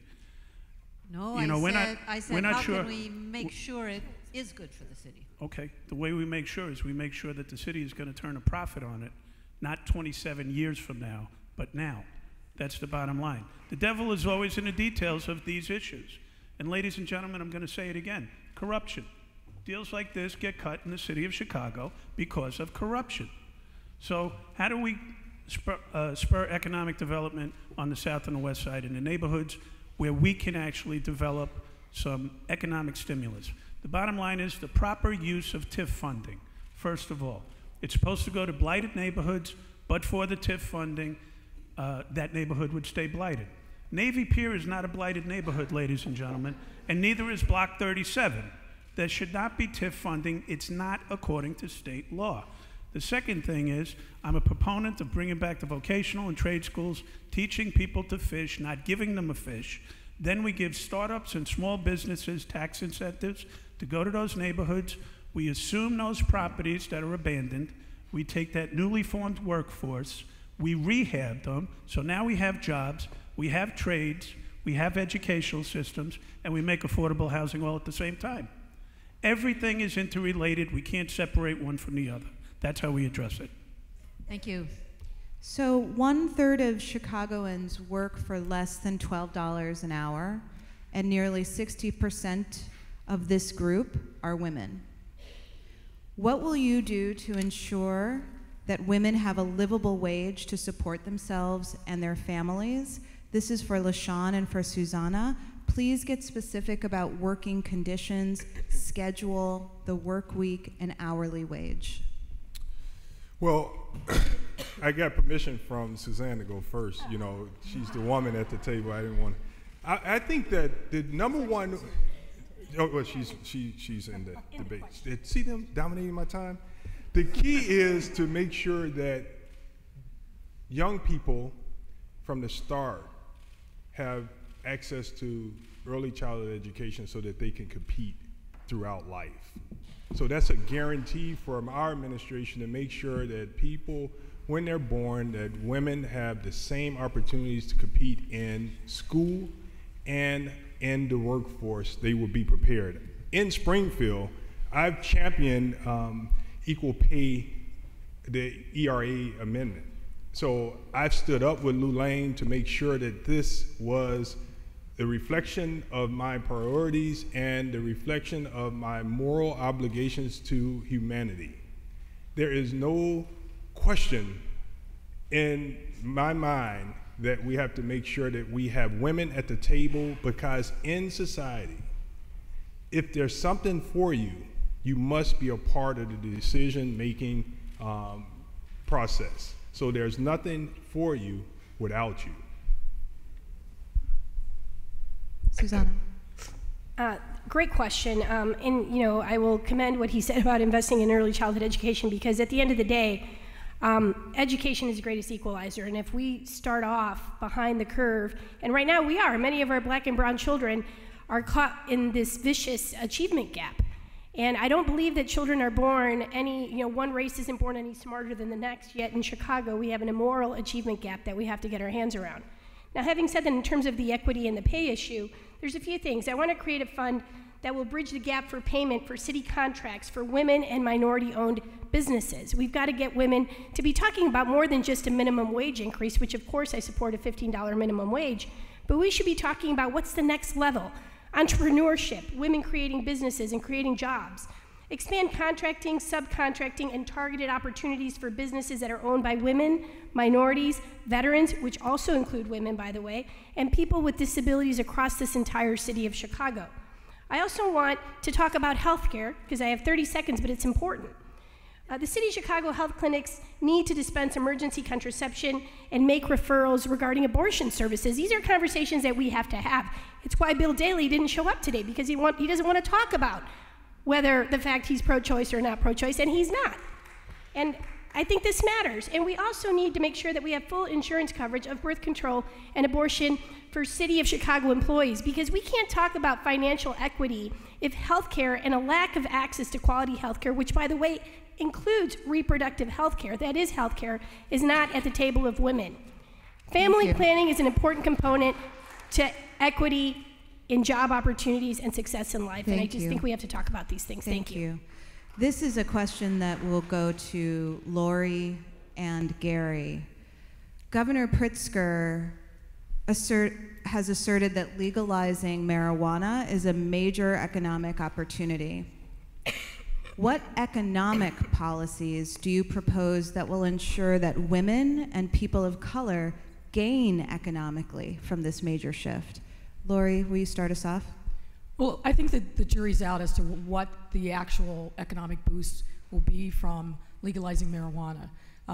The record in Colorado is very, very different than what's happened, for example, in Oregon, where that market actually completely collapsed. But I think we have a model to think about these issues in terms of equity for communities of color in particular that have been ravaged by the war on drugs, and making sure, obviously, that women businesses actually get their fair share along with other disadvantaged businesses. When we legalized casino gambling in the state, we required that a certain percentage of those businesses had to be owned by women, people of color. We can use that same model, I think, in thinking about what we do to bring equity to the legalization of marijuana. What I've said is this about it.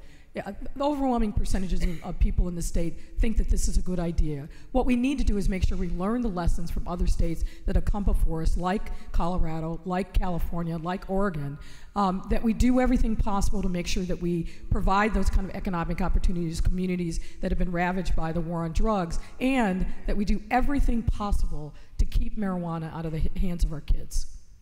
Thank you. Gary.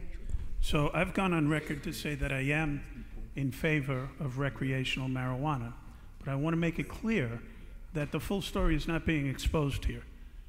In places like Colorado and California, crime rates have actually gone up for a couple of reasons. First of all, they're cash businesses, and that spurs robberies, sometimes shootings. The second thing that we have to realize is that, well, let me go back to that. We need a place to put the cash. We need to create a municipal bank here in Chicago that we can hold it in all at the same time. But the other issue is, just like wise guys launder their money or white-collar criminals launder their money, the cartels launder their marijuana through legalization. I hope you realize that. We do not want to foster what it is they do. So, having said that, the answer to the question is transparency. There's no reason why every city contract is not online and fully available for anybody sitting in their living room or in the back of their vehicle to look at online. We have the technology, just use it. And then we have to hold ourselves accountable for that. And that goes to legitimacy, because I've heard about this talked about and talked about and talked about, but we just have to do it. And that's legitimacy. Thank you. We're going to pivot to talking about questions that have come from immigrant communities. And this one is about domestic violence in particular. I'm going to ask this to Susanna and then to Bob. Domestic violence survivors are often afraid to report crimes to police because of involvement or potential collaboration with ICE. What will you do to ensure women can seek help and the protection they need, and specifically speak on ICE and your support of ICE or your non-support of ICE? Number one, as the daughter of Mexican immigrants, the issue of immigration and reforming it and providing a sanctuary city is very close and personal to my heart. I mean, I wouldn't be here running for mayor today if my parents hadn't had the opportunity to come to this country. And I'm going to defend that and welcome people to this city no matter where they come from. Having said that, the issue of domestic violence is a healthcare issue. I mean, as controller navigating the state through the fiscal crisis and that 736-day budget impasse, one of the groups that was most impacted by that were women seeking domestic violence services. I mean, there was zero funding for domestic violence for an entire year, and the work that the people did managing those centers and still trying to provide resources under horrific circumstances is God's work. Now, having said that, immigration officers should not be further torturing people in our communities, and they are. The fact that people are so afraid to leave their homes because of ICE. They're supposed to be government officials. You're not supposed to fear your own government.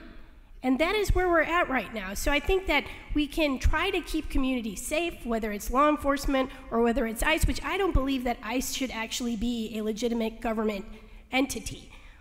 There are other avenues in which we can enforce immigration laws, but I think that ICE has become, even of itself, such a divisive and abusive representation of everything that's wrong with government without making our communities a single iota safer.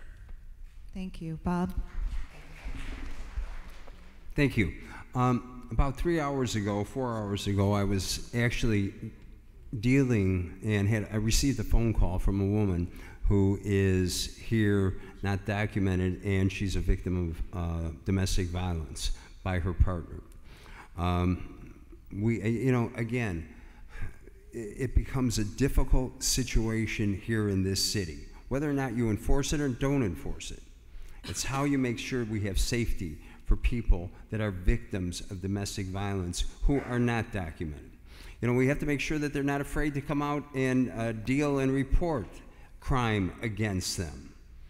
And this woman, today, as we were trying to help her, I got other people on the line to help her get through a order of protection that will probably be filed tomorrow, Sunday, on her behalf, and we want to make sure she's in a safe area to make sure that people, that she's not going to be reacted to because she's undocumented.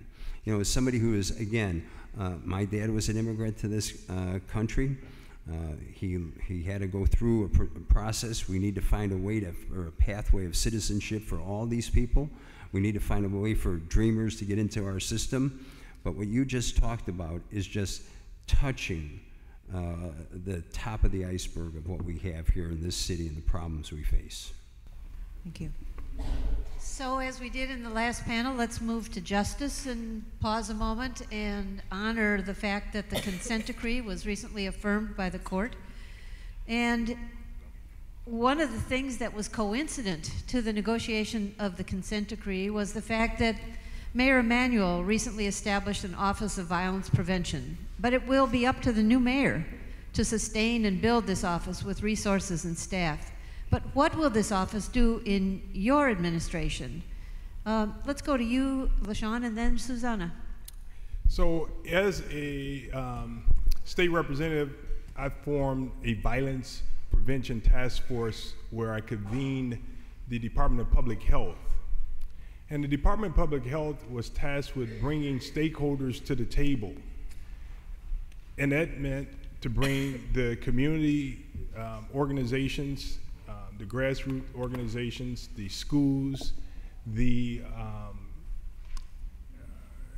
public health departments, the churches, and making sure that we brought all people to the table.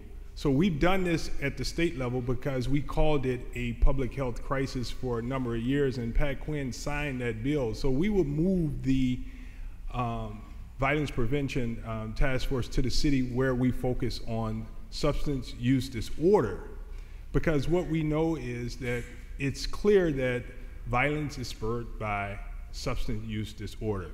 We have to make sure that the violence task force works directly with the police department and take community-based centers into the police department, making sure that the police have the help that they need in the station. So if a person is brought into the police station with the behavioral health problem, they could get treatment there and directed to care. If they have a substance use disorder, they could go and be directed to substance use treatment instead of sending them to the county.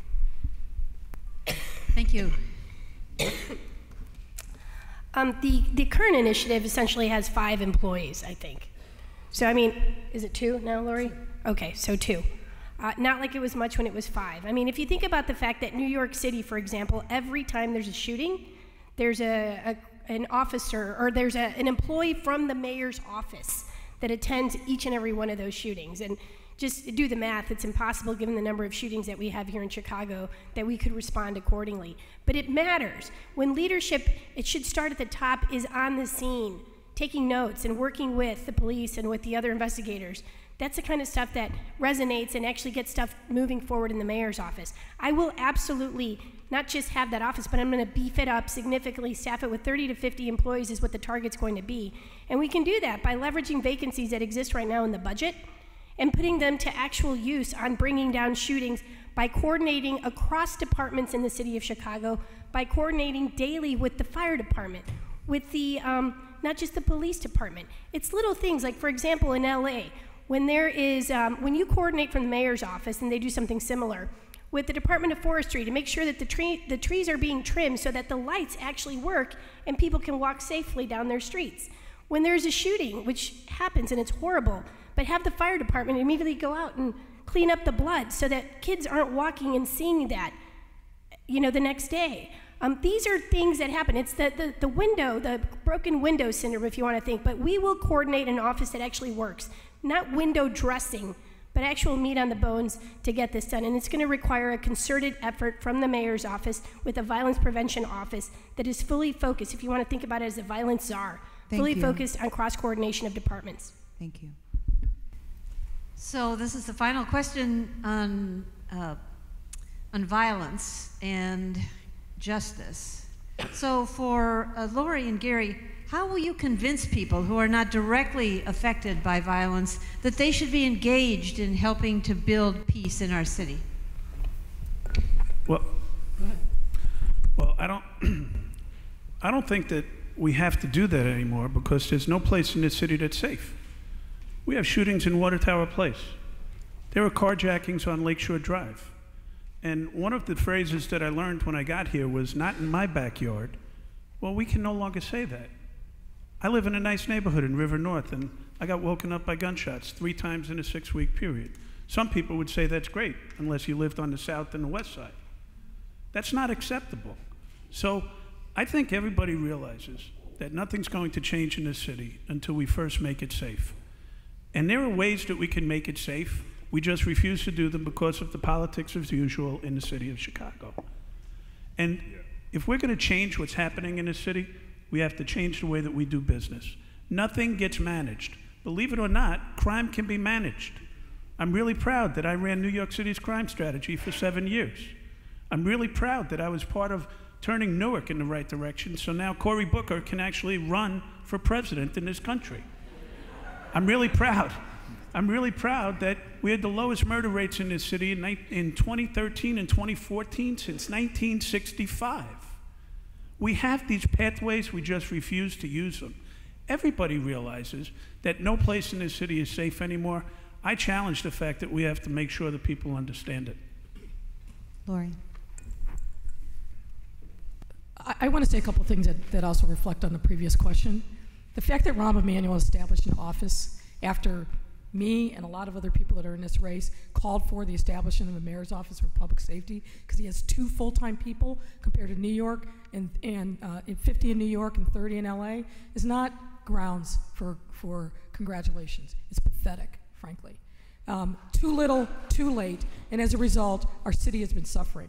In the last 7 years, there have been over 23,000 people shot in this city. 23,000. It's a staggering number, larger than the town that I grew up in. And part of the reason is, frankly, because we had a mayor who knew very little about local policing, and as a result, frankly, didn't take leadership and didn't own this problem. And we have the staggering now reputation and reality of violence, where too many of our kids, fear is their norm. It puts them to bed at night, it wakes them up in the morning, and it's their constant companion through the course of the day. I believe that there's a moral imperative for us to do something about this because nothing else is going to happen. We can't do economic development. We cannot improve the quality of our schools unless we get a handle on the violence. But there's also a financial cost. If your consciousness isn't pricked by what's happening all over the city, and Gary's right, it's not just communities on the south and west side, it's everywhere. There's a financial cost. Our neglect has cost us a lot in over-policing, in lawsuit settlements and judgments, and the fact that we have people who don't have a connection to the legitimate economy. We have to get this issue under control, or else our city is going to collapse from the weight of it. Thank you. So Gary mentioned the Chicago Way, and in the newspaper of late, we're reading about a certain type of corruption, which is not a new news story for Chicago. Many of my friends, when I told them I was co-moderating a mayoral forum, they said, you know, we don't believe in mayoral forums because people come and they make these promises and then they get into office and then it changes. So what we want to do is popcorn again and have you in 30 seconds tell us, how can we hold you accountable to the promises that you're making to us and the ideals that you're espousing today? Gary, how can we hold you accountable? How about I make the promise that if I don't do that, I will resign? I am a public servant. I'm not a politician, and the processes that you're talking about that have been used here for years are politics as usual, not public service. There's an enormous difference in that. Lori? Yeah, that's a great question. I think a couple of ways. One is I think we have to have the ability to recall our elected officials. Term limits are obviously essential, but then that gives the power of the incumbency probably means if it's 2 terms that you're limited to, you're going to be there for 2 terms. I think, frankly, groups like this and other community-based organizations all across the city have to have access to good information and data. There's got to be a lot more transparency. So, frankly, when we're not doing our job, and there's a lot of issues that out there that are not getting addressed, you're going to see it real time, and you're going to educate yourself about it, and hopefully rise up and advocate for the kind of change that we have to have in the city. Those are the ways that I think we should do it. Thank you, LaShawn. When Laquan McDonald was shot 16 times and there was a cover-up in the mayor's office, I filed the legislation for recall. We have to give the power to the people in the city, and our campaign is powered by people. And so citizens have to have the ability to recall. It's as simple as that, and you have to be able to take a politician down when they don't hold up to their promises that they made during their fairy tale elections. Thank you. Susanna? Sure. Well, every office that I've held, I've tried to do the very best I can and leave it better than it was but when I took it over. Whether it was as state representative passing things like school breakfast for all kids in Illinois, whether it was as city clerk eliminating the 3 to 4 hour long lines in my first term, bringing them down to 5 to 10 minute waits, whether it was promising voters that if they voted for me, I would take on Bruce Rauner when nobody was willing to do so. I did exactly everything I've ever said I'm going to do, and I feel that in large part, my ability to take them on and to lead the state through the worst fiscal crisis in its history, even giving the markets calm at a time when people thought that would be impossible to do, is what I've done. And so when I say that I'm going to focus on not just the next 4 years, but the future of the city and the next generation, my record speaks for itself. I've always... Okay, thank you. We'll stop right there. We're just popcorning, so I'm pushing. Sorry, Bob. Thank you. I think, you know, we do need term limits. We do need a smaller city council. We do need a professional staff for all these committees. We do need independent ward maps. And yes, we do need recall. But you know what? You vote for the honest people, people with integrity, and you won't need to have recall. Thank you. Thank you. I asked this question in the last panel, and I think it's really critical. So even as we struggle and challenge ourselves to deal with the problems and issues that we've talked about here, Chicago is also a global city, and the mayor will actually be present in many global venues. So this is a question for Gary and Susanna. What's your global message? Is it the same message as you have locally, or is it one that blends the possibilities and promise of Chicago with an eyes wide open understanding that we are facing challenges that cities around the world are as well. Well, my message would be not the same one that we have here, because as John pointed out last time, I've been holding up the USA Today, which is the prism by which people look at Chicago today, which is about corruption. And everybody already knows about the gun violence. I went to Munich in 2014 with my wife. We asked an elderly gentleman, how do you get to someplace for directions? He said, where are you from? We said Chicago, and he immediately said, gangsta town. It wasn't funny, because I was the police superintendent at the time. So the message has to be different. The message has to be different, that we're breaking from our past, we're breaking from the policies and the things that we've been doing that has been failing. But that's a conscious decision that we all have to make together. We shouldn't anoint a mayor of Chicago, we should elect them. And that's what's happening here today if you watch very closely. At the end of the day, this goes back to what I was talking about. This is about legitimacy. This is about ending the corruption. This is about doing business management and holding people accountable and managing resources in city government. Look at the places who have implemented it. Los Angeles, New York, the other two bigger cities than Chicago here in the country. They're succeeding while we are failing. This election is the most critical time in our history. We've got to get this right. I believe that Chicago is the greatest city in the world. Having said that, right now, if you're in London and you turn on, if you get a CNN channel, you're going to see that what the people in London are seeing is the violence in Chicago.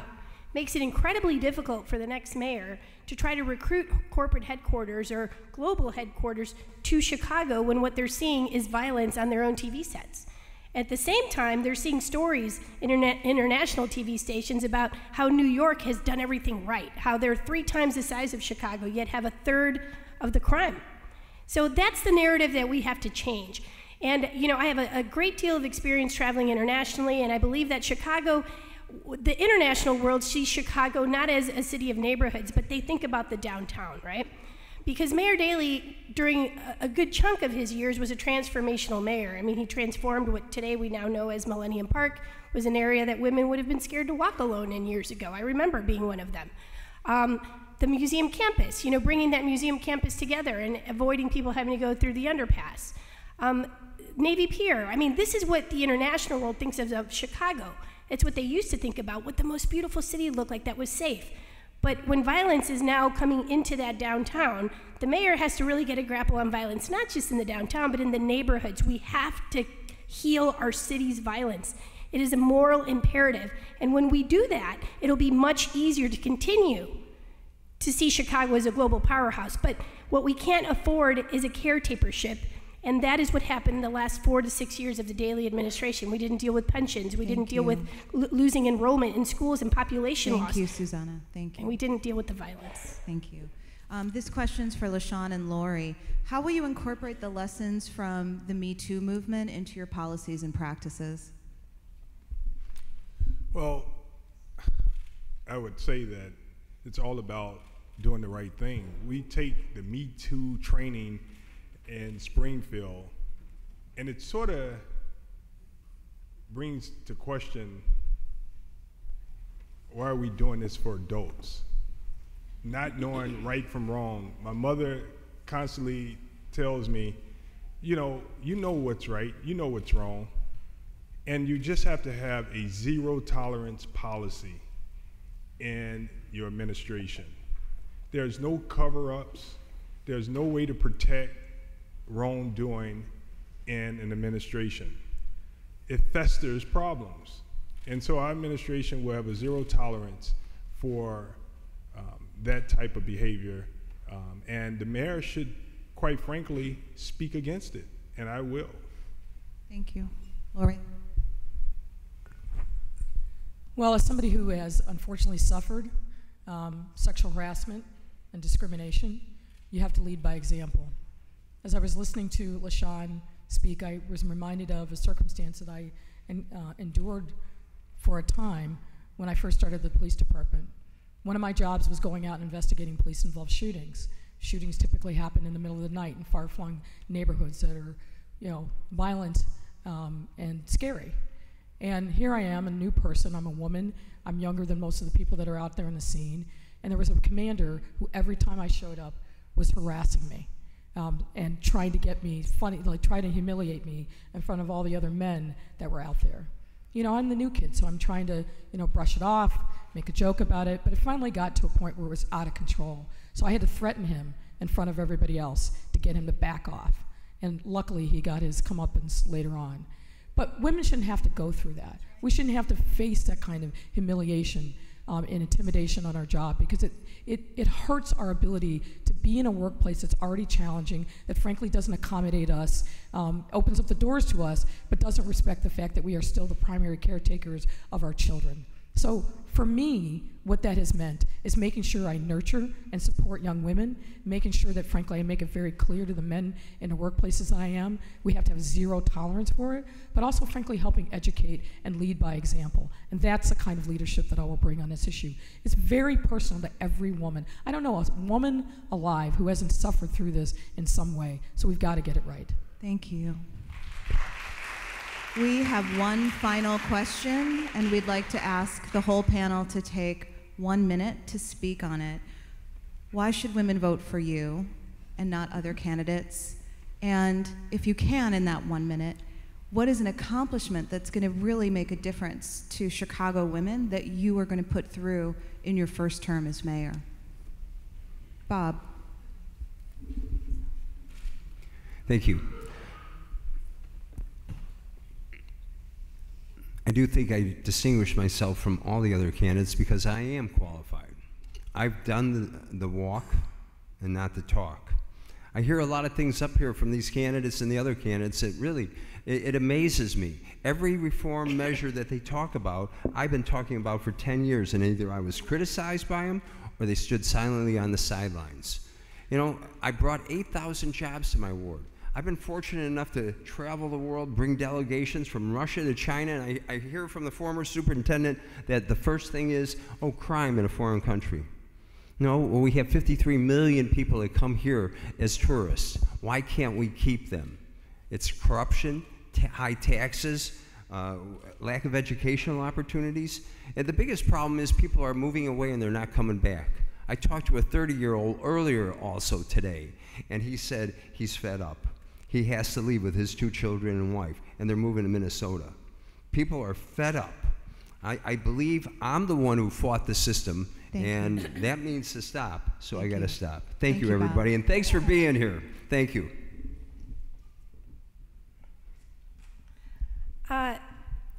Again, I truly believe in all what is possible in this city. Sure, we have a lot of problems. Of course we do.